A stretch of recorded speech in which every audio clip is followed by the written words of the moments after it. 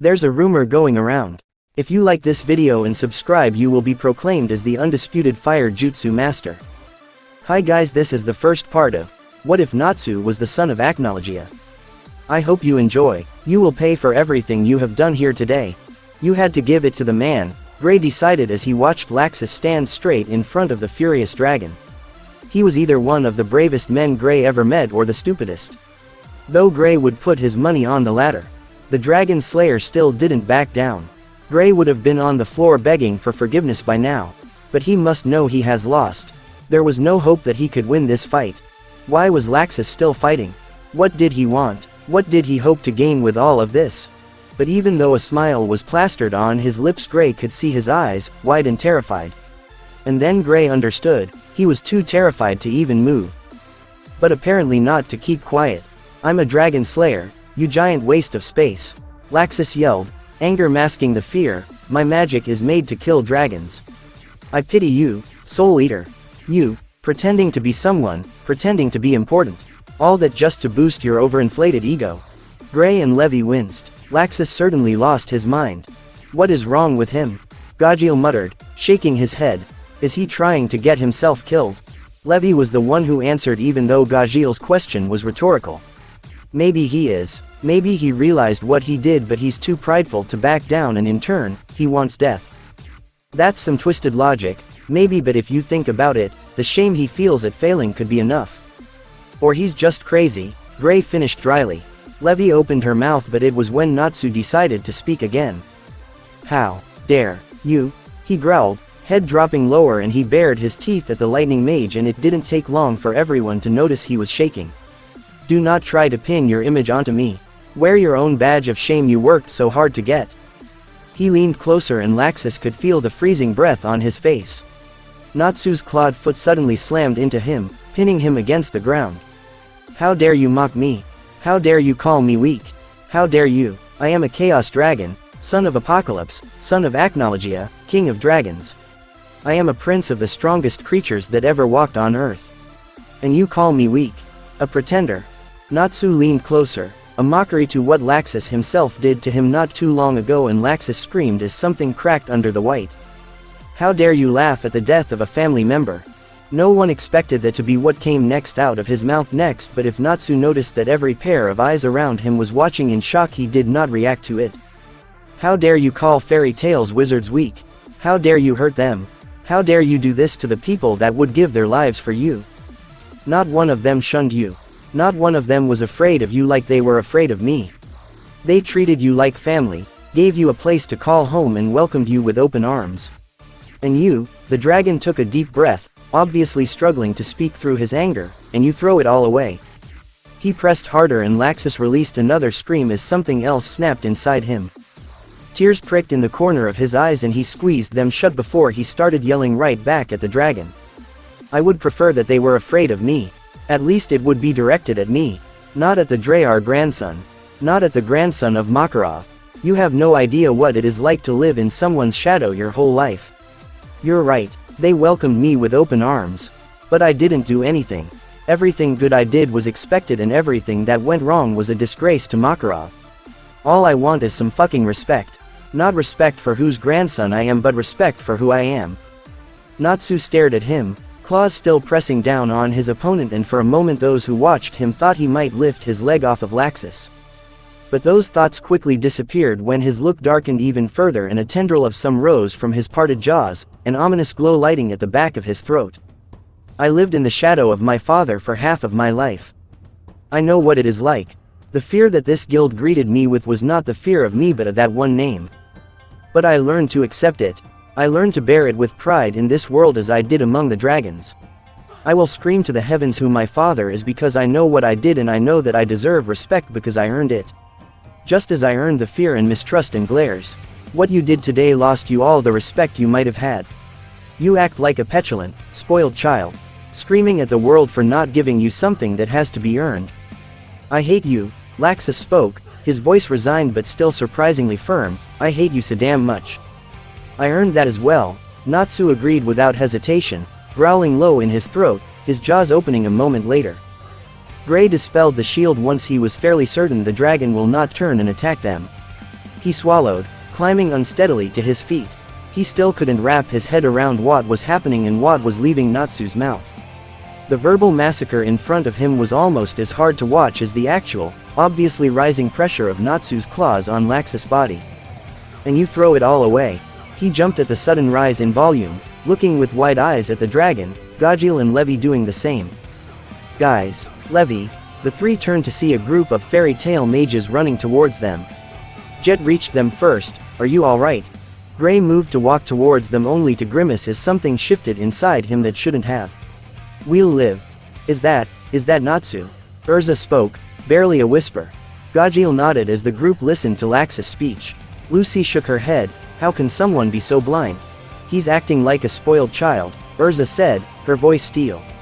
She was surprised when Natsu apparently shared her sentiment.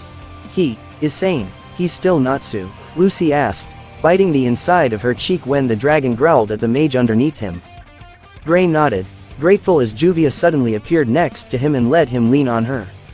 He's understandably angry. I'm fairly certain that everything that happened today sped up the process that resulted in, he gestured at the dragon, this. He could have been humans for weeks if not months had this not happened, Wendy informed them, and the group seemed to sag in relief when they noticed her and Mira Jane behind her. The blue-haired dragon slayer gave a weak smile, moving to Gray and Gajil to see if they needed help. I earned that as well. Mira Jane pushed past them before they could stop her. You did not. Natsu's red eyes turned to her, his whole head turning so quickly it was a wonder they didn't hear anything crack.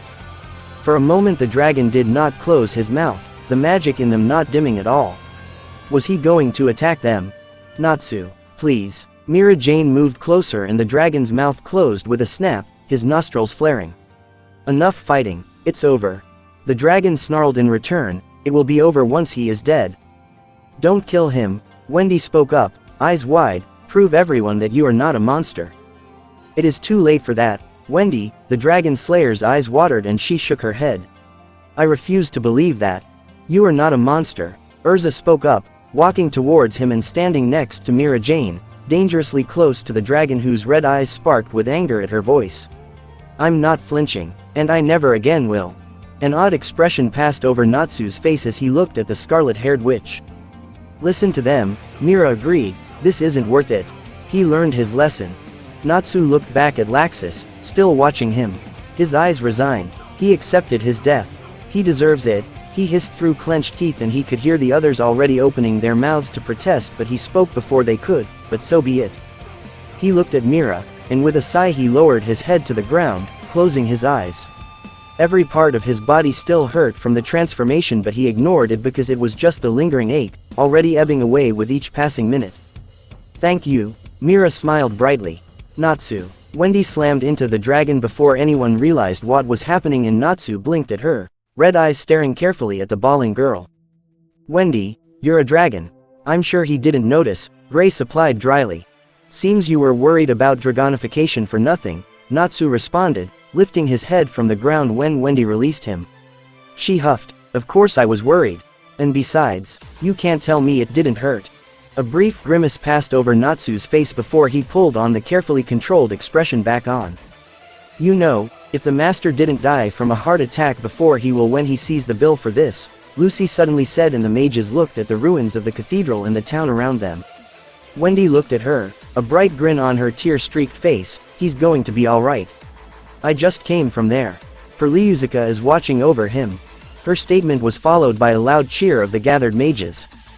That's great news, Urza said, turning to Natsu, and to everyone's surprise dipped her head down in a bow. Natsu, I am sorry for everything. You are no monster and I am an idiot. The dragon looked at her closely, a small smirk lifting the edges of his scaly lips. Urza returned a small smile. You defeated Evergreen. Don't pull a stunt like you did after the tower and we'll call it even. You have my word, Mira spoke up, breaking the silence that wrapped around the group. Natsu, can you transform back to my human form? I don't know, he admitted after a moment. He stayed silent, concentrating, and every person watched expectantly for some sign that something was changing.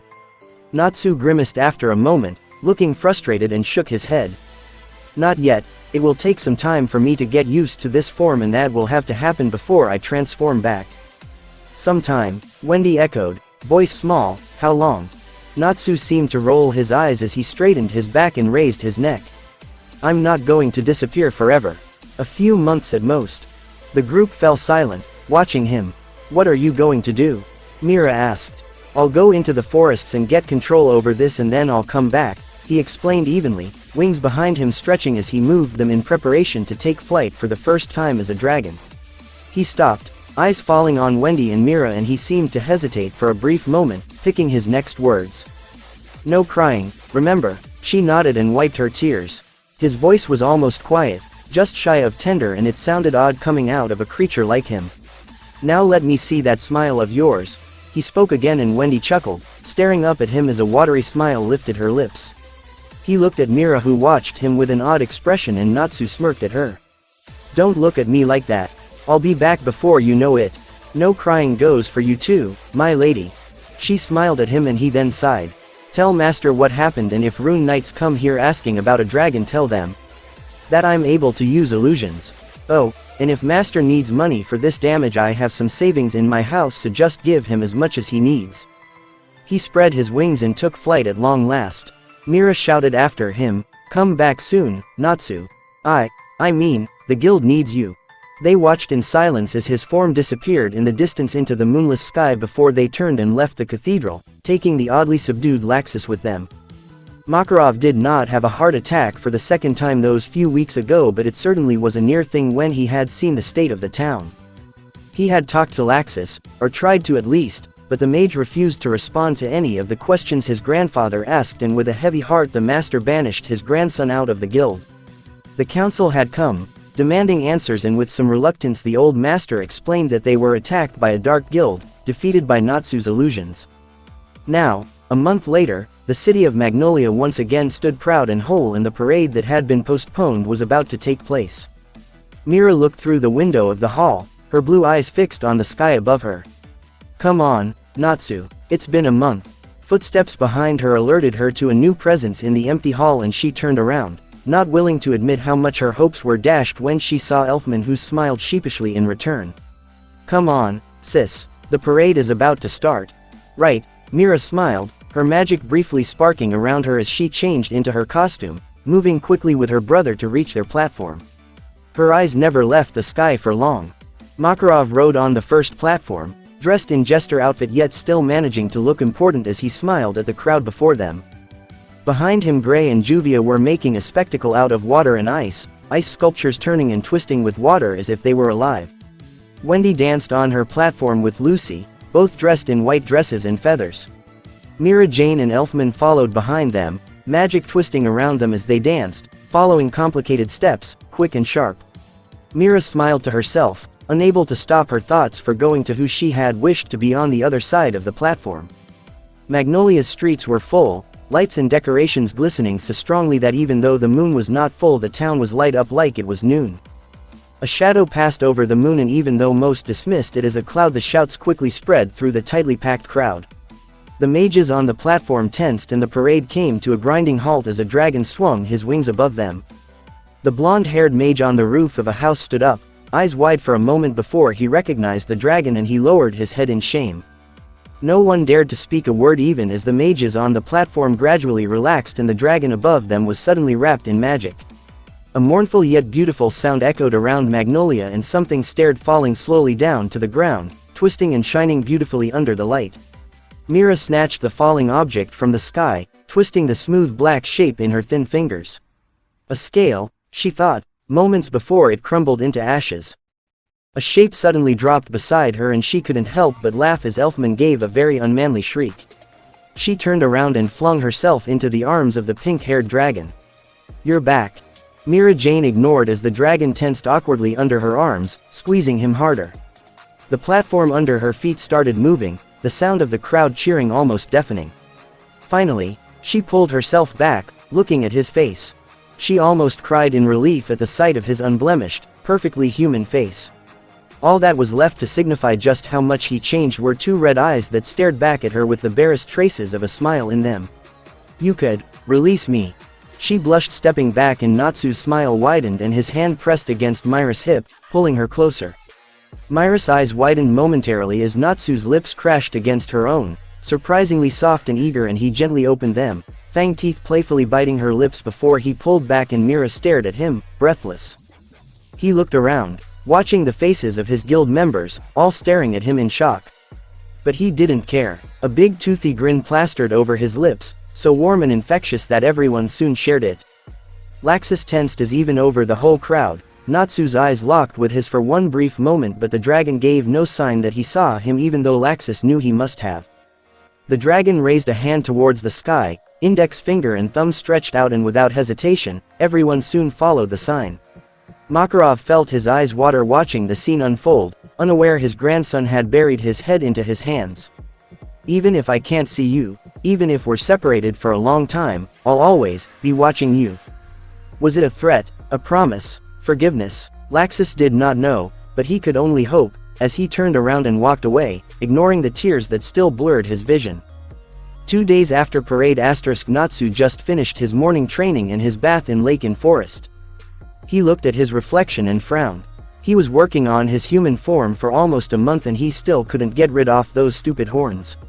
He sighed and then thought, well, it's not that bad, I guess. He then used his chaotic void spell and left to Acnologia. Even though he was little frustrated because of his horns, he was actually in quite good mode. He appeared in front guild hall and remembered the night after parade finished. Flashback * parade just ended and it was really late, but everyone was still full of energy. When they get to guild hall, they asked him tons of questions. Why do you still have horns? What are you now? Where have you been? Did you find any other dragon? How strong are you now? Are you manlier than before? I bet you are a real man now. Guess who said that? They went on and on like that for few more minutes before Natsu got annoyed, and believe me, annoyed dragon isn't nice dragon. He started to let out some of his demonic aura and shouted, shut up. Everyone shut up in instant, and then Natsu sighed. He glared at everyone and they all gulped. He then scratched back of his head and said, God, you're annoying. He ched. Makarov was first to speak as he walked to Natsu and asked one question that everyone wanted to know, are you going to be okay? Natsu smiled at small man, shocking others, and then said, yes, I'm okay and I'm going to be okay. You don't have to be so worried about me. I'm dragon, you know. Gajil then walked to him and said, not looking Natsu in eyes like he was embarrassed about what he was about to say, first of. Thank you. This got everyone off guard. Gajil never thanked someone. That wasn't right. Natsu raised eyebrow and asked, what for? For helping me and Grey beat Laxus, Gajil said with annoyance in his voice because he needed to explain himself. Natsu smirked. More like saving your butts, he thought to himself. And second, are you now Dragon Slayer or Dragon? Gajil asked, and once again everybody looked at Natsu wanting to know answer. Dragon, Natsu said with his famous emotionless face. Even though his face was emotionless, in his eyes shined amusement as he watched everyone gaped. Makarov coughed in his hand and then said, well, I guess it shouldn't be so surprising since you already told us that. That get everyone out of their shock and they all smiled, and someone shouted, hey guys. I just realized, we are the only guild that have dragon as member. It was followed by some shouting in approval and happiness, and some started yelling, that's so cool, or, how awesome. We have 4 super strong S-class and one of them is dragon. Natsu smirked. Master grinned at his children and shouted, we have today 2 things to celebrate, successful parade and being the #1 guild in Fury with awesome dragon. Everyone cheered. Master's grin grew bigger, if that was even possible, so let me hear you, WHO or we. Everyone shouted in union while Natsu just watched them with amusement. We, re fairy tale. And what do we do when we, re happy? Master asked. This time they roared even louder and Natsu had to cover his ears, we party. Then let's party. Natsu smiled and went to bar while almost everyone else got into Barvel. He ordered whiskey and watched with smile as others fight among each other. End of flashback * Natsu remembered that he spent that whole night talking with Urza, Lucy, Wendy, Grey, who sometimes start fighting again, Gajil, who was almost all the time reason why Grey started fighting, Cats, and Mira. Thinking about Mira, he could ask her to go on job with him since she started using her magic again. He would definitely love to go on job with her and Wendy, or just with her. He stepped inside of guild and those who noticed him said theirs hellos or just nodded their heads. Natsu went to bar and noticed something strange. There wasn't Lucis constant complaining about her rent or Urza bossing around. He also noted that Wendy didn't went to him to say hi like she usually does. Taking better look around, Wendy wasn't even here, nor were cats. Gray wasn't in guild either. Mira must notice that Natsu was looking around the guild, so she came to him and said, "If you're looking for Team Urza or Wendy, they went on job." Natsu looked at her and then nodded. He remembered his earlier thoughts, so he asked, "Hey Mira, how about you and me go on job together?" Mira almost let go empty plate she was holding. Natsu never invited someone on job except Wendy. Should I consider this a date? She then started blushing at her own thought. Stupid Mira. This is not a date, but I'll like to go on one with him. No, I'll wait before he asked me to go on one. She started blushing even harder. Her train of thoughts were interrupted when Natsu said, "Are you okay?" She looked at him confused and then remembered she didn't answer his question, so she think about it and frowned. "Sorry Natsu, I would love to, but I need to stay here for bar." She felt pretty bad when she saw a slight sadness in his dragon-like eyes. He looked at floor for few moments like he was thinking, and then he asked, "Then how about we just go on dinner tonight when you're over with your job?" This is invitation for date. Right, yes it has to be. She then looked at Natsu, who was waiting rather impatiently for her answer. She smiled warmly at him and said, "Of course. I would love that. How about 9 o'clock? She surprised little when he smiled back. "Sounds great. See ya in 9 then." With that he got up and walked away. "Where are you going?" Mira asked, looking as Natsu was about to use his spell to exit the guild hall. He glanced over his shoulder and said, "Well, I can't have horns on our first date, right?" And with that he disappeared. This was heard by most of the guild and their jaws hit the floor. Makarov even spit his bear hearing this. They just watched wide-eyed as Mira practically danced around the tables with blush on her cheeks and humming some happy melody. Time skip 8:57 p.m. *. Mira was in her house sitting on sofa. She was done preparing herself for her date half an hour ago, but she would every few minutes stood up and walked to mirror to see if she needed to change something. She stood up again and walked toward mirror for who know which time this day. Elfman watched his sister with small frown. He was happy that she is going on date with man from her dreams, but for Elfman it was more like from his nightmares. Even though Natsu did became more friendly toward guild after whole battle of fairy tale thingy, he was still mostly cold to everyone else except for few certain people, namely Mira, Wendy, Gray, Lucy, Urza, Master and cats. To tell the truth, Elfman was still afraid of him. Well, most of the guild still was. But if you ask Elfman, it's manly to be afraid of Natsu. Mira looked at her reflection in mirror. She wore a black, knee-long, bell-shaped skirt that had lace on it, a purple shirt with puffy sleeves and a black corset over a shirt. Around the collar shirt was tied black ribbon. She had black boots on heel, which were decorated with straps. Her hair was the same as always, loose tied with bangs. If you want to better visualize the picture, look at images of Gothic Lolita. She looked at clock that was above mirror. The moment clockwise showed 9 rang the doorbell. Mira walked quickly to door and opened them. She was really surprised by what she saw. In front of her stood Natsu with his usual spiky pink hair. But what was unusual was his clothes. He had black shirt with long sleeves that was tucked in black long pants, and they were tucked in black boots. His scarf was warped around his neck as always, and he had over his shoulders black coat. He didn't had his arms in sleeves. The coat was of course also black, and it had silver buckles and silver buttons. It was long coat that reached his ankles. Natsu looked at her and smiled. His dragon eyes glowed in dark of the night. "You look beautiful," Natsu said, smiling. Mira took closer look at his head and saw that his horns were gone. "You look nice as well," she said, smiling back, "and I see that you don't have horns anymore." "He's so handsome," Mira yelled inside her head, and blush covered her cheeks a little. Natsu smirked. "Well, I said that I'll get rid of the only reason why I had them was because I wasn't able to fully transform in my human form." Mira nodded and then looked back inside house and said, "Elfman, we're leaving." Natsu saw Elfman going toward them, and when he stood in front of them, Natsu said with evil smirk, "It's nice to know where you live." Elfman paled and gulped. He then stuttered, "Have a good tea time." Natsu turned to Mira and said, "We will, don't worry," and with that he and Mira start walking down the road. When Elfman closed the door, Mira giggled and then turned serious, but there was still trace of laughing. "You didn't have to scare him like that." Natsu chuckled and said, "Oh, come on.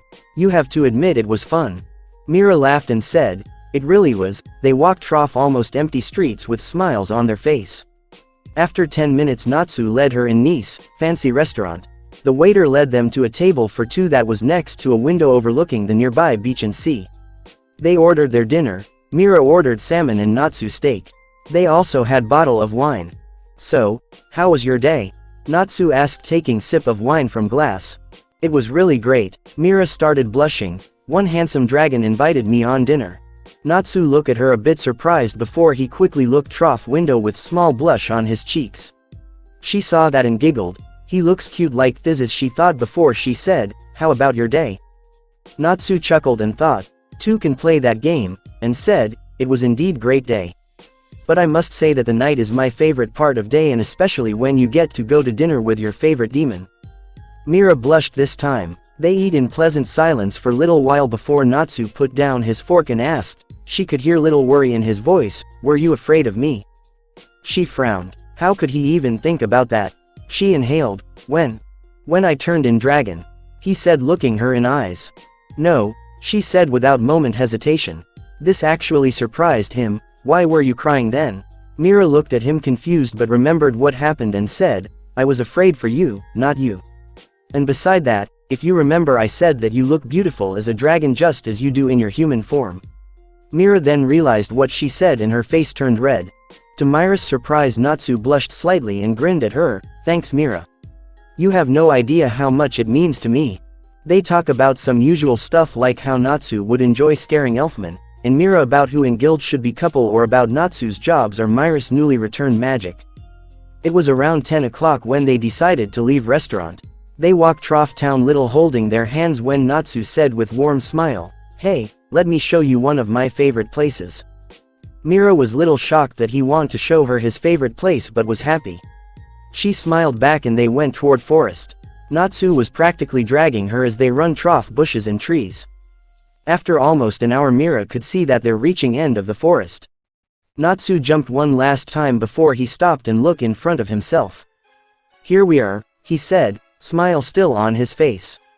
Mira find it little weird how long that smile was there. He usually never smiles. She then registered what he said and looked around. The place was really beautiful. She was mesmerized with its beauty. It was lake with perfectly blue water, gold sand and green grass little further. Around lake were high cliffs that were made of white stone that was shining on moonlight. She could see many colorful fishes and some of them even glowed slightly under the moonlight.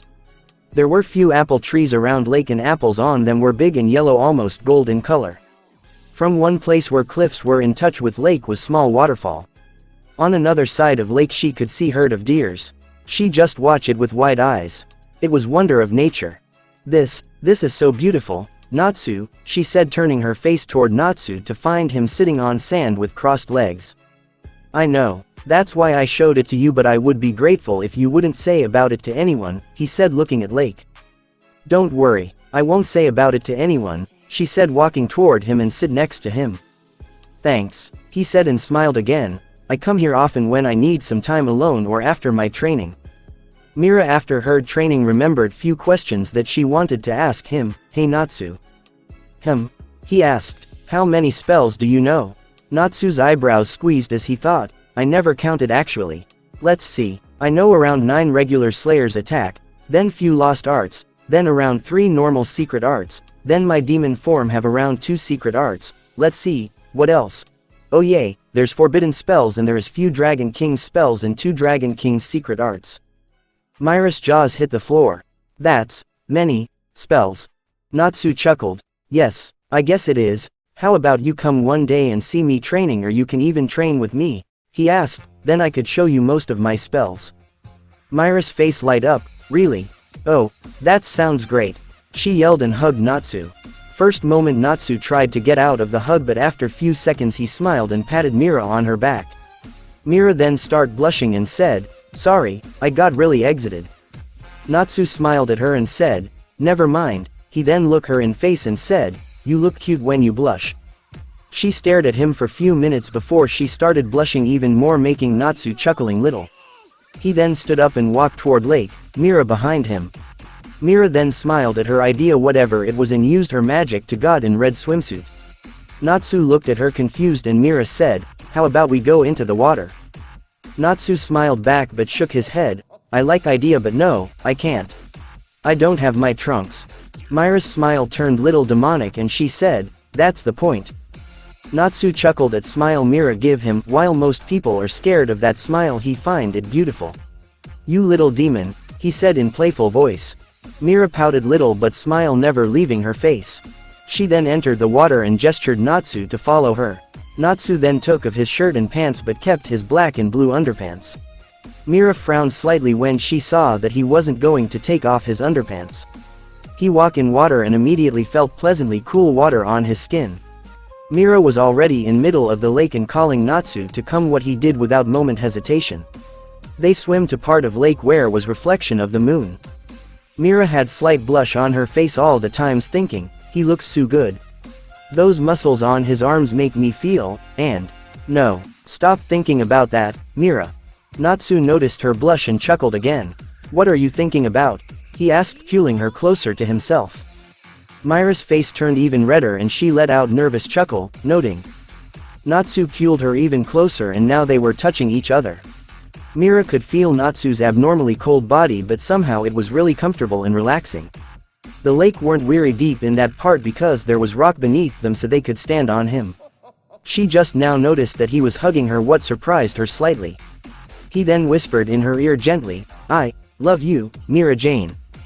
That Mira was shocked was understatement. She was beyond that. Of course, Wendy already told her that when they had their little chat a little more than a month ago, but to hear that from him. It was like dream come true. She loved Natsu since they become friends. She always loved how everyone were afraid of him. He gave her a sense of security. She was never afraid of him. Never. Since he joined she was always admiring his strength. She pulled back slightly to look him in eyes but not too far so they were still in hug. She was so happy and when she saw him smiling warmly at her she hugged him tighter and said, "I love you too, Natsu." What happened next shocked Natsu this time as Mira Jane pulled their faces closer and closer, their lips touched, and they kissed. Moonlight shining on them as they kissed each other. They didn't stop until they felt need to breathe. Natsu looked at her with small smirk and said, "How about we go to my place?" Mira smiled back at him jumping in her head because she was so happy. "That sounds great," she said as calm as she could but it was obvious that she was excited. They swim out of the water and Natsu put back his clothes once he was dry and Mira used her magic to change back to what she was wearing before. After about 40 minutes of walking in pleasant silence while holding their hands they could see Natsu's little cottage. When they went inside Natsu asked her, "Hungry?" Mira shook her head and said with smile, "No, I'm not hungry." Natsu nodded and sit down on sofa gesturing her to come and join him tapping beside himself. She did what he asked and they were instantly in hug. Natsu then start kissing her neck where her shoulders and neck connect and start going higher until he was kissing her chin. "Natsu," Mira whispered before their lips met. He start untie her corset not breaking the kiss and she start to take off his shirt. It was really great night for both of them and they surely won't forget it. From now on Mira Jane Strauss is marked as Dragon's mate and from now on Natsu Souleater got himself one beautiful she-devil. Next morning Natsu woke up lying on sofa. That was unusual. He never slept here. He frowned slightly and then felt something or better to say someone on his chest. He looked from ceiling to his chest and was met with soft white-haired head. The events of the night before returned to his head. He returned his gaze to Mira and smiled. After few minutes of watching her as she slept he decided that it was time to get up and start his daily routine. Slowly, he squirmed out of Mira's embrace without waking her up and then went to the bathroom to ease himself and brushed his teeth. He put his clothes on, clean underwear, pants, shirt, scarf. Usual. Looking through the window it was clear that it was still very early because the sun has not come out yet. When he came out of the bathroom he glanced at his watch. 4:43 a.m. he sighed. He was thinking whether to wake her up or not because she said she wants to see his spells and for bonus he could work on them and try to complete along the way secret art which he start creating before all those madness broke out because of Laxus. But when he looked at her sleeping so peacefully he wasn't sure to wake her or not. After few minutes of thinking he decided that he will clean house first.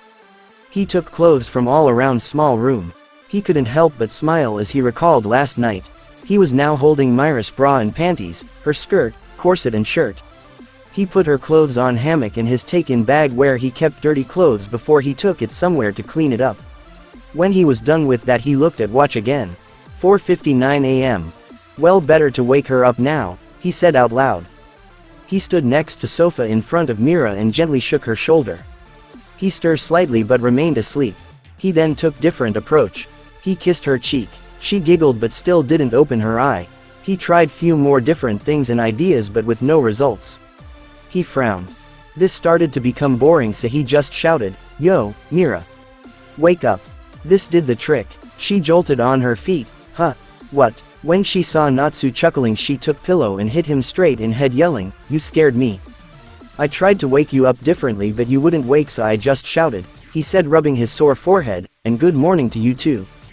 Mira chuckled at him and went toward him. She stood on her fingertips and kissed his forehead. "Good morning, Natsu." She then saw a clock behind Natsu. 5:12 a.m. She narrowed her eyes at Natsu and asked, "Why did you wake me up so early?" Natsu smirked. "You said you want to see me training." Smile appeared on her face as she said excitedly, "Let's go." "Let's go." She started dragging him out, but before she get to the door Natsu said, "How about you put some clothes on first?" Mira then looked at herself and her face turned red like tomato. She then used her magic to put clothes on. I figured she can do that since she was doing something like that on Grand Magic Games when she was fighting Jenny Reelite in anime. It was her usual pink dress. Natsu chuckled. "What's so funny?" she asked, glaring at him. "Nothing," Natsu said, unaffected by her glare. They then went out, and after few minutes of walking in which Natsu explained her that he will practice his spells today.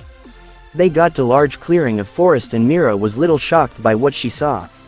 Large clearing was full with craters, smashed rocks, trees. This was obvious where he trained his attacks. He said her to sit under tree that was on edge of the clearing and was still standing by some miracle.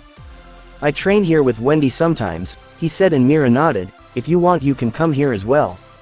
She smiled at her boyfriend. "Yeah, he's her boyfriend now." Natsu then went to middle of the clearing and start building his magical pressure. Dragon Slayer secret art. Element takeover. Earth Master, he shouted and his eyes started glowing brown. Mira was just staring in awe as he made few dummies from earth in front of himself with just swinging his arms. When he made 10 dummies his eyes turned back to dragon-like. Chaos Dragon's chaotic elbow. Natsu then yelled and hit one of the dummies with his elbow, destroying dummy and few around him with just shock wave. He used few more spells before all dummies were destroyed. "That was nice warm-up," he said to himself. "Now let's try another secret art." He started building his magical pressure again and now was warped in his magic, and Mira noticed that since he become dragon his magic become black and red instead of black and blue like it used to be. Dragon Slayer secret art. Chaotic extinction. Devil's trap. Mira's eyes widened slightly when she remembered that spell. It was spell which he was planning to use on Master Jose. Around Natsu formed 5 dark red pillars. Under him, on ground started form pentagram. Mira needed to sit on ground because of pressure. When pentagram was done it formed 6 cells in each part of pentagram with Natsu in middle. Then Natsu stretched out his arms and from him shoot his energy that covered all cells. Mira realized easily that whoever ended inside would be dead except Natsu. Energy died down and cage disappeared, leaving only Natsu standing where he used to. Ground where was that cage was now in flames slightly and was completely burned. Natsu looked around him with satisfied look. It was much more powerful than before he became dragon, and he used much less magic than before. He used few more spells and then decided to try another secret art he was working on. He used first again his Dragon Slayer secret art, Element Takeover, Earth Master, but this time he made sculpture that looked like dragon but was smaller. He closed his eyes to concentrate. He used this spell only in training because it wasn't done yet. He started to concentrate his magic in his right arm to create something, but it just blew up in his face. Mira was able to ran to him to see if he was fine, but he shouted to her, "Don't worry. I'm just trying to master this new spell." When Mira sit back down he started again. After few more unsuccessful tries he sat on ground annoyed. Mira this time walked toward him. "What exactly are you trying to do?" she asked when she get close enough. "I'm trying to make blade from my energy, but I can't concentrate enough magic in small blade," he said looking at her.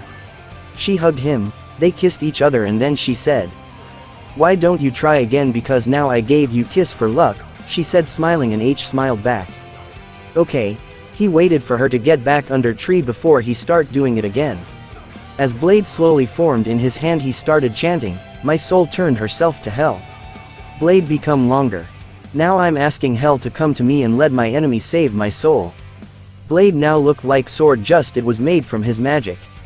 It was black and red sparks danced around it. The demon's nest opened its doors. Pulled a sinner in its depths. Dragon King's secret art. Hell's blade. Execution.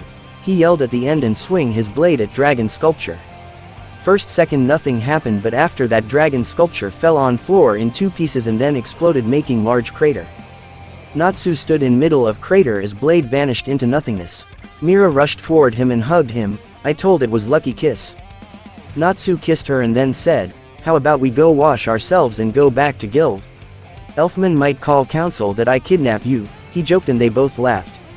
"Sure," Mira said. They went to lake and take bath there and headed back to guild. After they got back in the guild 11:18 AM Natsu was sitting on second desk. They came back half an hour ago. Everyone immediately went to Mira to ask her about her date, since no one dared to ask Natsu. Natsu noticed that Urza and others didn't came back yet. After an hour or so more of just sitting there and listening, Guild asked Mira about every detail. He started thinking about something else. His train of thoughts were interrupted when Mira ran to him with job paper. He raised his eyebrow when Mira jumped in front of him happily. "Levi said she will work at bar for me today so we can go on job together," she said excitedly. On Natsu's face appeared smile. "I guess you already pick one," he said standing up. Mira nodded with simple, "Yup, what is it about?" Natsu asked, trying to take job request from her hands, but she didn't let him see. "It's a surprise," she said almost singing, but there was her small demonic smile. Natsu chuckled, "Whatever." And with that they went out of the guild hall toward T-train station. Natsu said and paled slightly as they were now standing in front of train station. "Can't we walk?" he asked hopefully, but much to his displeasure Mira shook her head, "No. It would take too long," she said, and then quickly added when Natsu tired to say something, "And no, I don't want to get there with chaotic void." Natsu just huffed at that and they went in train and Natsu put his emotionless face again. Harjan town. After an hour of hellish ride they stood in front of restaurant that Natsu knew pretty well. On sign on restaurant said 8 Island. This restaurant was led by former members of the council and one of Makarov's good friends, Ujima. Natsu looked at Mira annoyed. "You expecting me to do in restaurant?"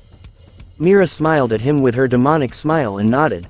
Natsu sighed and was about to walk away, but she stopped him. "Please." Natsu sighed again and said, Okay. They walk inside and Natsu thought annoyed, "I becoming soft." When Ujima saw Mira Jane he smiled and waved her, but when he saw Natsu he paled. That boy scared living daylight out of him. "Hi, Mr. Ujima. Natsu and me are the ones that take your job to work here for today. I hope we didn't come too late," Mira said politely. Ujima shook his head. "No, don't worry, Mira, dear. Makarov informed me that you are coming, so you're not late at all," he said with smile. "Here, let me get you your uniforms," Ujima said and went to get 2 orange uniforms and give them to Mira and Natsu. Natsu saw orange color in his arms, narrowed his eyes and glared at Ujima. "Do I have to wear this?" Natsu asked coldly, pointing at uniform like it was rat. Ujima felt shivers going down his spine, and "No. Not at all, my boy. I mean Natsu," he corrected himself quickly after Natsu glared at him once again. Natsu put his emotionless face and said, "Good. I don't like it." Mira put her uniform and Ujima explained them that they need to serve guests. After he said that, few people were in restaurant, so Mira went to one table and asked them what they want with her smile. Ujima was happy that she was here. She always knew how to get people order more. Then he turned to look at Natsu. Natsu was standing in front of 2 people and asked coldly, "What do you want?" People stared at their menu and just said, They sat there without answering his question, and that annoyed him, so he started letting his magic out. Ujima paled. "What do you want?" Natsu asked, annoyed with demonic voice. 2 people immediately paled and stuttered, we want." Natsu glared at them as temperature around them dropped. "Well," he asked. "We want everything you have, sir." They shouted, hugging each other. Natsu stop letting his magic out and give them one of his famous wicked grins, if you say so. Other guests shiver slightly hoping that he won't come to them and Mira and Ujima just sweet-dropped. Well, at least I will get more money today, Ujima thought and sweet-dropped again. It's been weeks since Natsu and Mira started dating. Natsu was now sitting in his usual corner in the hall drinking some weird-looking purple drink. Next to him were Mira, Wendy and Katz. He didn't pay much attention to conversation between Mira and Wendy. I'm so sad that I wasn't here when you guys were going on your first date, Wendy said with sadness in her voice. Well, I'm sure that they will go on many more, so you will be here on at least one of them, Happy said munching his fish. Mira giggled before saying, that's true. You don't have to be sad, Wendy. When Urza, Lucy and Wendy find out that they were dating, they were asking 100 questions in minute. Gray tried to ask something Natsu, but he wasn't in mood to talk, so Gray just went and start fighting Elfman. Urza started overreact because she missed Mira's first date with Natsu and was about to beat down half of the guild because they didn't call them to see that. I know, but there will never be your first date again, Wendy said, still little down. As Mira said, don't be sad, child. She told you every detail so you didn't miss much. Charla said in motherly tone. Wendy smiled at her cat. Yay, I guess you're right. The group then saw Urza, Gray and Lucy approaching to Natsu with job request in Lucy's hand. Natsu, however, didn't look at them when they stood right next to him. Ahem, Urza said, trying to get Dragon's attention. It worked, in one way. He was still looking at his mug that was now empty, but he said, you don't have to ask me if Wendy can come with you on a job, you know. Wendy looked at job request that was in Lucy's hands. Urza sighed and said, we did come to ask Wendy, but we know that we don't have to ask you for that. So what do you want from me? Natsu asked, finally looking at them. We wanted to ask you if you would like to come with us, Gray said, looking straight in Natsu's eyes. Much to their surprise, he smiled at them for a second, but soon his emotionless face was back. Why not? He said, and they sighed in relief. What's job about? Wendy asked with bright smile. Urza smiled at younger Dragon Slayer and said, it's to get rid of some monsters in Dark Forest. We asked Gajil to come with us too, and he said that he will come, Lucy said. Dark Forest. I wasn't there for 8 years now. On Natsu's face appeared evil smile and others felt little worried. You were there before? Urza asked carefully. Well, of course I was. I did live there for 7 years when I trained with Acnologia. He said, looking them in eyes as their eyes filled with horror. How about we take different job? Lucy asked while shivering. We will complete this job no matter what, Urza said with determination in her voice, but there was slight fear in her eyes. Natsu chuckled and asked, what kind of monsters do we need to hunt? Wyverns, Vulcans, werewolves, chimeras and more, Lucy said, looking at job request. She then looked at them and asked hopefully with pleading voice, can't we take another job? Natsu had his emotionless face, but there was amusement in his eyes. I like this job. I hope that there still live some hippogriffs and griffins. They are fun to fight. Wendy paled. You know that fun for you is certain death for us. At that others paled. Well, just don't walk on their territory and they won't come even near you. He then turned his head to Urza. When do we leave? We will leave Tom. She was interrupted by loud sound of bells echoing Trough Town. What's that? Lucy asked. Gray answered her. It's look like Gildarts is home. Lucy looked at Mira. Gildarts? Mira smiled at her. You haven't met him yet, right? Gildarts is Fairy Tale's ace. He was on mission for 3 years and now he's finally coming home. Lucy nodded and then looked Trough window to see that town has split in half and made the path to Guild's door. What going on? She asked in shock, and then she remembered what Mira said. Wait. You said his R ace. Does that means that he's stronger than Natsu? Mira giggled. Master asked to build this path for him because his magic is really strong and if he don't pay attention he could end up destroying city accidentally. And is he stronger than Natsu? No, I'm pretty sure he's not, but those two never fought, so since he was Fairy Tale's ace before Natsu joined he stayed our ace. Lucy nodded again and then asked, how can you destroy city by accident? Her question wasn't answered because guild doors burst open and inside walked man with orange hair and yelled, I'm home.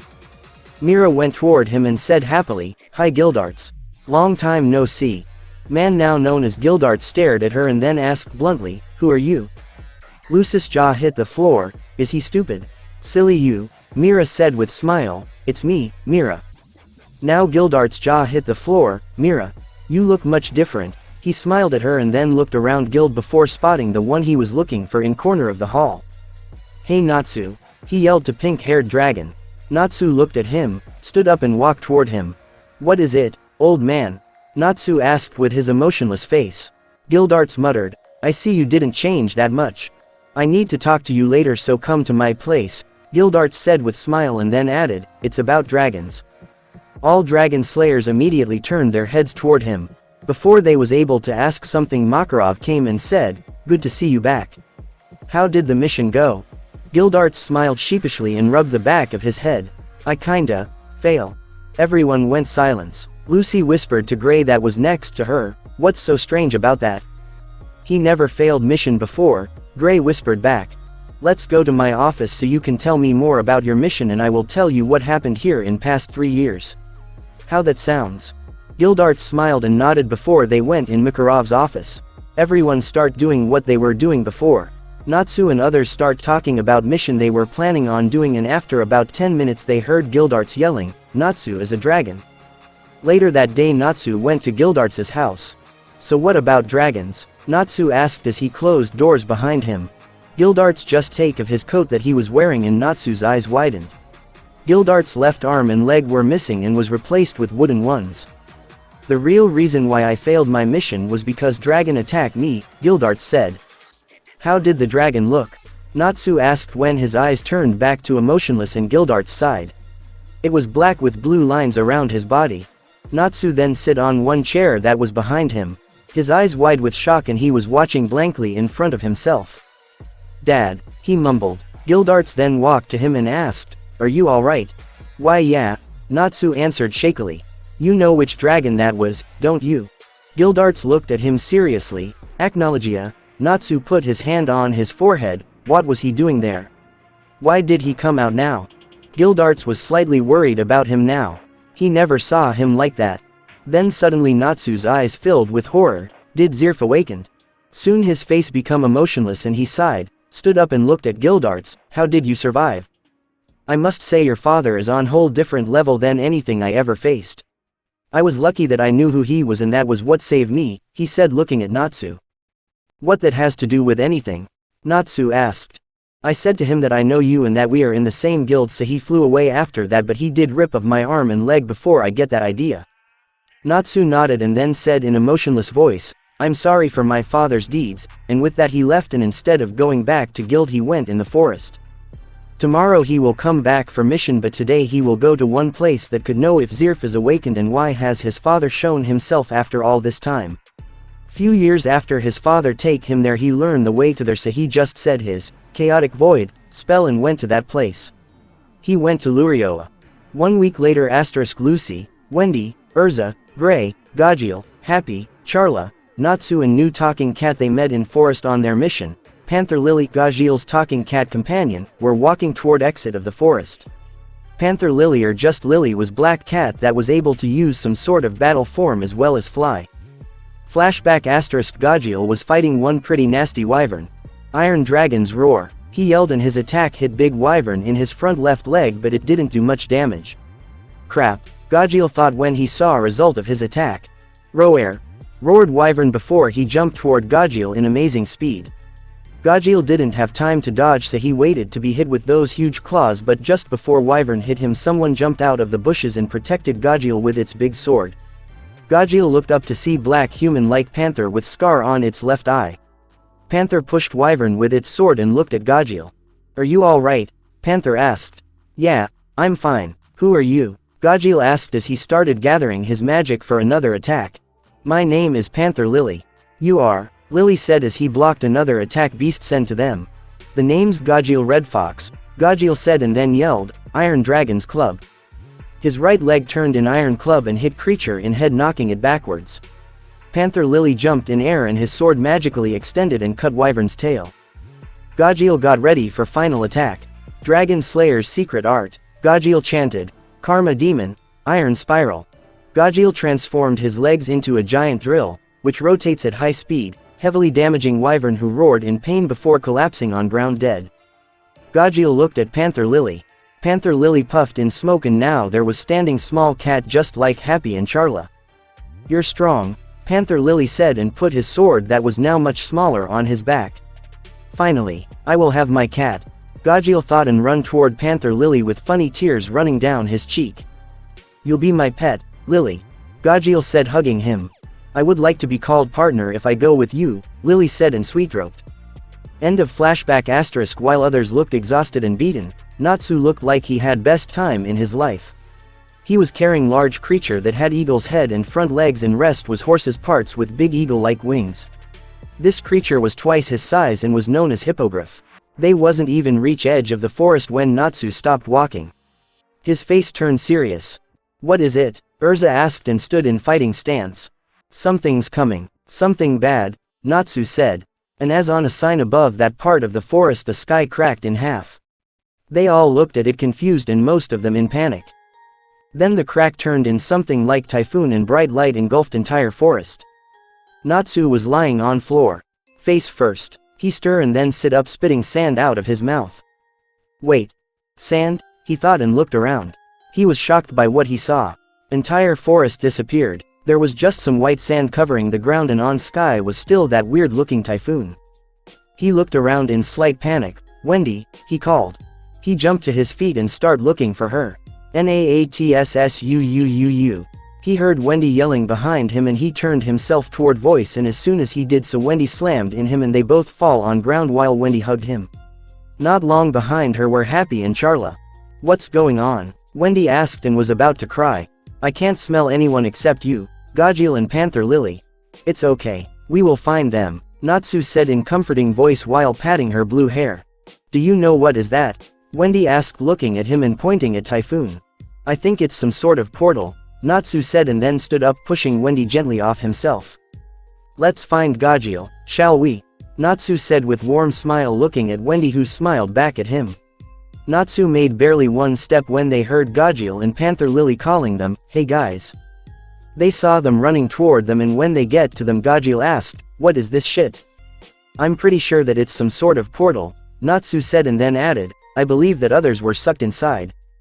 Before anyone else could say anything else they heard all too well-known scream, ah, and that was followed with, GUYYYSSSS.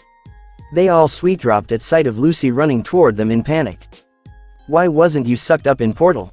Panther Lily asked. Lucy stopped running and panted slightly before saying, Horologium protected me. They nodded and then Gajil said, you said that they are sucked up in that portal right? So what are we waiting? And with that Gajil jumped in air and Panther Lily caught him and they fly trough portal. They were followed by Wendy that was carried by Charla. Happy looked at them and said, I can't took both of you. Lucis to fat. On Lucis' forehead appeared tick mark and she hit Happy in head, you stupid cat. Happy fell on floor unconscious with big lump on his head. Great, Natsu muttered and sighed. Now he will have to carry both of them. Lucy shivered when around Natsu burst his energy and was followed with horrible sound of breaking bones and tearing flesh. When energy around him died he was standing in his demon form. He sighed, showing this form for such stupid reason. He sighed again and took Lucy with his clawed right hand and grabbed Happy with his right hand. After that he shoot himself in sky in unbelievable speed. The only sound that was heard before they flew trough portal was Lucis screaming. I swear I'll kill her if she makes me deaf when we get to the other side, Natsu thought annoyed. On other side Natsu fly trough portal and found himself flying above forest. He looked around and saw a small clearing in forest and Wendy, Gajil, Happy and Charla were standing there waving them to come down. Natsu started transforming in his human form while he was still in air and Lucy never stopped screaming. Tough Happy joined her when he wake up. Isa gonna kill them. Natsu told as his wing retreat back in his back and he start falling toward ground from height of 100 meters at least. This didn't help Lucis screaming. Naatsuuuu. She screamed. Natsu hit the ground gracefully with small thud holding Lucy on his shoulder and Happy in his right hand by his tail. He put them on ground. Not really nicely. Oh, Lucy moaned and but shut up in fear when she saw Natsu glaring daggers at her. What did I do? She chalked out. You almost made me deaf. Natsu yelled at her. She jumped in fear and hid behind Wendy. After that Natsu sighed and rubbed his sore ears looking around the forest. The forest looked awfully familiar. When he thought about it, it was spitting image of the forest that surrounded Magnolia. He started sniffing the air, and that was followed by other slayers doing the same. Don't you think? Gajil said with slight disbelief in his eyes. Wendy's eyes widened. This place smells. Natsu nodded, also in slight disbelief. This forest smell almost exactly like forest around Magnolia. Lucy looked at them in shock, and so did the cats. How did we got here? Lucy asked. We were several hundred miles away from here, Happy said with wide eyes. Something is off about the smell, tough. Gajil said, sniffing more. Yes, I know what you mean. It smells like Magnolia's forest, but then again it smells slight differently. Natsu said, walking to some tree and put his hand on it. What are you doing? Lily asked, looking at Natsu. I'm just watching trees, Natsu said. They also smell different, he added. Do you have any idea why and how did we got here? Lucy asked, looking at two dragon slayers and the dragon. I must say that, Natsu started, and everybody looked at him with hope. If no one else don't know, then you can count on all knowing Natsu. That I don't know, he finished, and others fell on floor. Face first. Let's go to Magnolia and maybe we could get some answers what happened on our way there. And I'm sure that Urza and Gray are on their way there too, Charla said. Right, let's go then, Lucy said. They started walking and Natsu put his hood on. Why did he put his hood on? Lily whispered to Gajil. Gajil looked at him. He was sitting on his right shoulder, but before he could say anything, Natsu answered, habit. Lily stiffed slightly and then smiled, looking at Natsu. I forgot that you dragon slayers have enhanced hearing. He's dragon actually, Happy said, flying next to Lily. Lily's eyes widened with disbelief. You're kidding me, right? He said with awkward smile. Nope, Happy said, and then he flew to Charla and tried to give her fish. They stopped talking and continued walking in silence. Natsu was walking in front of them, keeping distance few meters. Wendy was next to him with Charla in her hands and Happy flying next to her. Gajil was in back with Lily still on his shoulder, and Lucy was next to him looking her keys. So, Lucy started breaking silence. Panther Lily, right? She asked, and Lily nodded. You can call me just Lily, he said. What were you doing in forest? Lucy asked. Gajil looked at Lily and said, I didn't think about that, but what were you doing there? I'll tell you about my past so you'll understand, okay? Lily said, and they nodded. I was found as an egg in forest by few councilmen. Council raised me and I was working for them. One man trained me there. The man was one of those that find my egg in forest. I learned how to use battle form as well as my sword while I was training with him. I worked for council 8 years, but on one mission I and that man he got killed, and after that I left the council 2 years ago. But since I still need money, I go on some jobs and missions. I took this job that requested to kill few monsters in this forest. After that, silence warped around small group once again.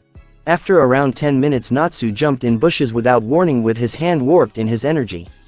Others immediately run over to see what was going on and stop in their tracks in shock. Natsu was standing in front of Urza, pinning her to the tree while holding her neck. In next second he let her go and she fell to the floor coughing, and Natsu muttered, I apologize, Urza. I thought that you and Gray were some bandits since you're watching us for a while now. They could see Gray running toward her and help her get up, and he yelled at him. You idiot, we weren't watching you, we were just going back from our job. And who the hell are you and what are you doing with Lucy, Wendy and Gajil? Gray couldn't see his face since it was hidden by hood. Urza stood up and in her arm appeared sword and she pointed it at Natsu's neck. Answer his questions, and how do you know my name? She said in commanding voice. Lucy. Gajil and Wendy watch her with wide eyes. They weren't able to see Natsu's hood, but if they could they would also see wide-eyed expression. Urza, can you lower your sword down? It's nah. Lucy started, but Natus motioned with his hand to her to shut up. Did you hit your head or something? Gajil asked. Gray looked at him angrily. We didn't hit our head, Iron Head. And by the way, what are you all doing here? I thought that you said you're not going on any missions since Lucy paid her rent. Hey, and where's Flame Brain? Urza pressed her sword harder and asked again, and who is this, Lucy? They definitely hit their heads, Happy said, looking at them dumbfounded. Who's Flame Brain? Lily asked, looking at Gajil. I have no idea, Gajil said and shook with his shoulders. Gray now looked at him puzzled, but before he got chance to answer, Wendy said, I think I know what's going on. Everyone looked at her, and when Natsu tried to do that, Urza pressed her sword harder. Did you notice that they smell strange as well? Wendy said, looking at Natsu, who nodded. And they didn't recognize you, so, is it possible that we somehow ended in parallel universe? She asked, and there was silence. Wendy, what are you talking about? Urza asked. Urza, do you remember our mission in Dark Forest? Wendy asked, and everyone looked at Urza. Dark Forest, never heard of it, Urza said, and then unconsciously pushed her sword harder, but Natsu took step back so it didn't pierce his skin. Would you mind lowered your sword, Titania? Natsu asked, and Urza take her sword down. I apologize, stranger, she said, and then added, hit me. Other sweet dropped at her, and Lucy said, well, she's definitely the same as our Urza. Gajil chuckled, and Other smiled. There was silence for a while before they heard someone yelling, hey! I found them. They all turned in direction to see who was coming. Urza's and Gray's jaw hit the floor when another Gray and another Urza jumped from bushes. Okay, I guess this confirms my theory about we're in different universe, Wendy said as others watched two Urzas and two Grays that had their jaws on floor. Few minutes later everyone headed toward Magnolia after it becomes slightly clearer what happened. Natsu still had his hood up. He watched as others were talking to each other. I'm surprised that you're not freaking out about this as much as I do, Gray said to his counterpart. Well, believe it or not, we had similar experience, Gray 2.0. I'll call those from this universe like that since this isn't Edalus, so there's no point calling them Edo Gray. Really? What? Lucy asked, joining the conversation. We were teleported with portal called Anima to place called Egolas, Gray 2.0. Started. I'm pretty sure that you were sucked here with Anima as well, Urza 2.0. Added. It was another parallel universe. There was people that looked exactly like us, but they weren't the same. Their behavior was exact opposite, Gray 2.0. Said, looking in front of himself, remembering Edalus. The Anima was made by their king that wanted to take magic from other universes because in that one magic was limited. Urza 2.0 said. Interesting, Natsu said with hand on his chin. Urza 2.0 looked behind herself and she was able to see lower part of his face. She slowed down and now was walking next to Natsu. You never told us our name, Urza 2.0 said, trying to see more than his mouth but with no success. She could see him smirk. Let it be a surprise. It seems that I'm different in your universe, Natsu said. Your voice is really familiar, she said and sighed when Natsu didn't say anything else. She went to others and they talked more about Edalus. Then Lucy asked, so if you defeated Edalus's king, why did Anima opened in our universe? I think it's some sort of after effect. They opened holes in space between universe, so now holes opened somewhere on their own, Urza said. After about half an hour they were standing in front of the guild's door.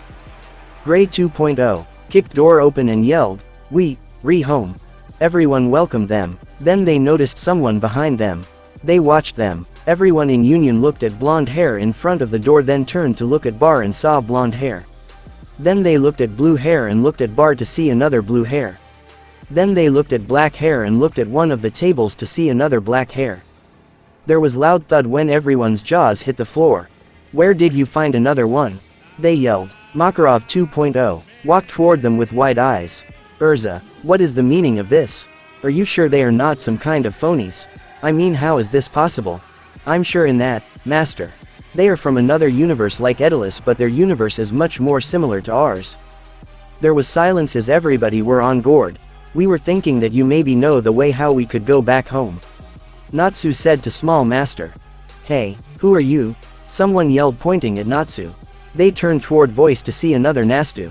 Behind him they could see other two dragon slayers that were still sitting on their seats with uneasy eyes while looking at hooded figure. When Urza, Gray, Lucy, Wendy, Gajil, Cats and even Natsu saw Natsu 2.0. Their jaws hit the floor. Natsu 2.0 was wearing white knee-length pants. He had black sleeveless waistcoat that was unzipped to revel perfectly build muscles without any scars, and he had white scarf around his neck. And Natsu. Lucy chalked out. Natsu 2.0 looked at her and grinned warmly, surprising small group. Who else could it be? Luce. His face turned serious and he asked again, now tell me. Who the hell are you? Natsu smirked evilly under his hood. Natsu, calm down, Makarov 2.0 said, looking at Natsu 2.0. I won't calm down when in my guild walks some person that stinks like blood and death, he yelled. Everyone's eyes in guild widened as they look at Natsu. Would you mind explain yourself, Makarov 2.0, said looking at hooded figure. Let me just ask one question first. Are you Dragon Slayer? Natsu asked looking at Natsu 2.0. Natsu 2.0 nodded and then said proudly with smirk, my name is Natsu Dragneel, I'm Fire Dragon Slayer, son of the Fire Dragon King Igneel. Natsu nodded and took off his hood and coat. Everyone in guild gasped when they saw another Natsu that wear all black and had really weird dragon-like eyes. Well then I'll introduce myself as well. My name is Natsu Souleater, I'm Chaos Dragon and my father is Black Dragon of Apocalypse, Acnologia. People in guild shouted then, what? Some of them fell from their chairs, some of them spit their bears. Natsu? Someone asked and they all turned to see none other than Lizana. Natsu's and others' eyes widened. Lizana? Natsu asked in disbelief. White-haired girl, 17 years old, watch with the rest of her guild 5 mages and 3 cats walk inside behind Urza and Gray. What was weird was that behind Urza and Gray were another Urza and Gray, Wendy, Gajiel, Lucy and hooded figure that she got really good idea who he is. She looked around the guild to make sure that they weren't her guild mates. Then she heard Master and Urza speaking. Urza, what is the meaning of this? Are you sure they are not some kind of phonies? I mean how is this possible? Master said. I'm sure in that, Master. They are from another universe like Edalus but their universe is much more similar to ours. Urza said. White-haired girl could feel bubble of hope began to rise in her chest. Could they be? The girl thought. Smile growing on her face. Could they my nakama?